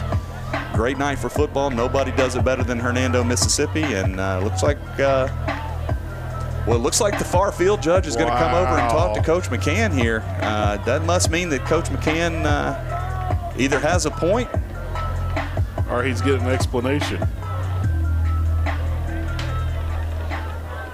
I bet you the first thing that was said, see, what happened was. Well, I'm trying to figure out exactly what the argument here is. I think what he's saying is that the penalty is not at the end of the run. Yeah, because you would have to decline it. Yeah, in order to. Yeah, you would decline it. Yeah, I guarantee you that's what Coach McCann is arguing, that if you accept the penalty. Now, in my mind, it should be if you can get the ball on a 30-yard run against 12 men on the field, maybe you should tack it. But I'm pretty sure the rule is that it's a dead ball. Or not that it's a dead ball, but again, to your point, Heath, that you would have to decline the penalty in order to for the play to stand. So therefore, it should be back around the midfield stripe. And I can tell you, Coach Dylan Mitchell is a little aggravated on the other side of the field here. He feels like his team might be being iced here, I'm sure. And he's letting the far head linesman on his side of the field know about it now. So a little bit of gamesmanship going on here, possibly. Give it up to Anakin McNair. Fired up the crowd. He's running up and down the Hernando sideline, getting the fans back into it. All right, so, is he saying my bad? All right, here we go. Whatever it is, everyone's agreeing on now. Well, I don't know if Coach McCann's agreeing. I think he's, and I don't even know that he's accepting. I think he's just, what he doesn't want to get is he doesn't want to get a penalty against himself. Now here comes their coach. He wants the explanation. In fairness, if I'm Coach Dylan Mitchell, I'm asking for an explanation as well here. I want to know what the holdup is. So I think both coaches have a legitimate concern, a legitimate question here. Ladies and gentlemen, 0 time on the clock. One untimed down. Here it is, 40 yards out. A 16-game streak in the long, flushed out of the pocket. Trying to make something happen. The pass is deep. The pass has been intercepted. Ladies and gentlemen, the black, gold, and white will win the game tonight. Your Hernando Tigers, 31. The Chargers of Choctaw County, 28. Ding dong, the witch is dead, along with the state's longest winning streak. The 16-game winning streak has bit the dust. And Brad, it's going to be a fun time, not only tonight, but all weekend long for the Tigers. Yeah, Heath, what a game. Credit to both coaching staffs and both teams. Just an absolutely outstanding effort from both teams, and a well-played football game, an exciting football game, and you love to see it. And congratulations to Coach Steve McCann. Congratulations to Coach Dylan Mitchell and the Choctaw County Chargers. Nothing to hang your hats about. True. You stepped up. Absolutely true. You stepped up. You went on the road to 7A competition, and you stood toe-to-toe with them.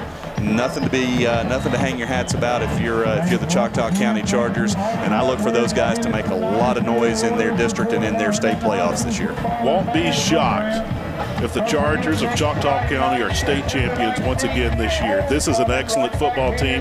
Brad, this is a 3A football team playing a 7A football team, punching out of their class, taking on one of the biggest programs in the state. Yeah, on the road especially, and again, stood toe-to-toe with them. A great game. Certainly, if you're a Tiger fan, you're happy with the result, but no reason to hang your head if you're on the other side of the field tonight. Well, Brad, if you check out the Jumbotron, the party has already started.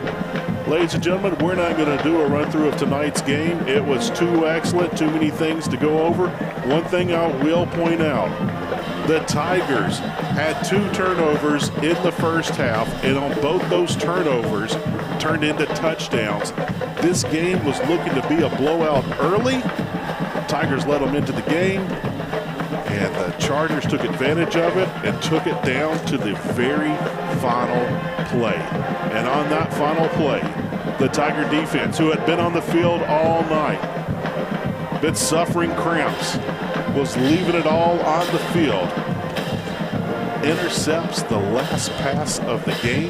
Defensive line flushed out the quarterback, rolled him out to the right, got the interception around the goal line, and then the party started. Ladies and gentlemen, thank you again for watching Hernando High School Tiger football. As we wrap up this barn burner, we want to remind you that the final score is, was, and forever shall remain the Chargers of Choctaw County 28 and your undefeated Hernando Tigers 31. For Brad Bush, I'm Heath Hopkins. Thank you again for watching Hernando High School Tiger football.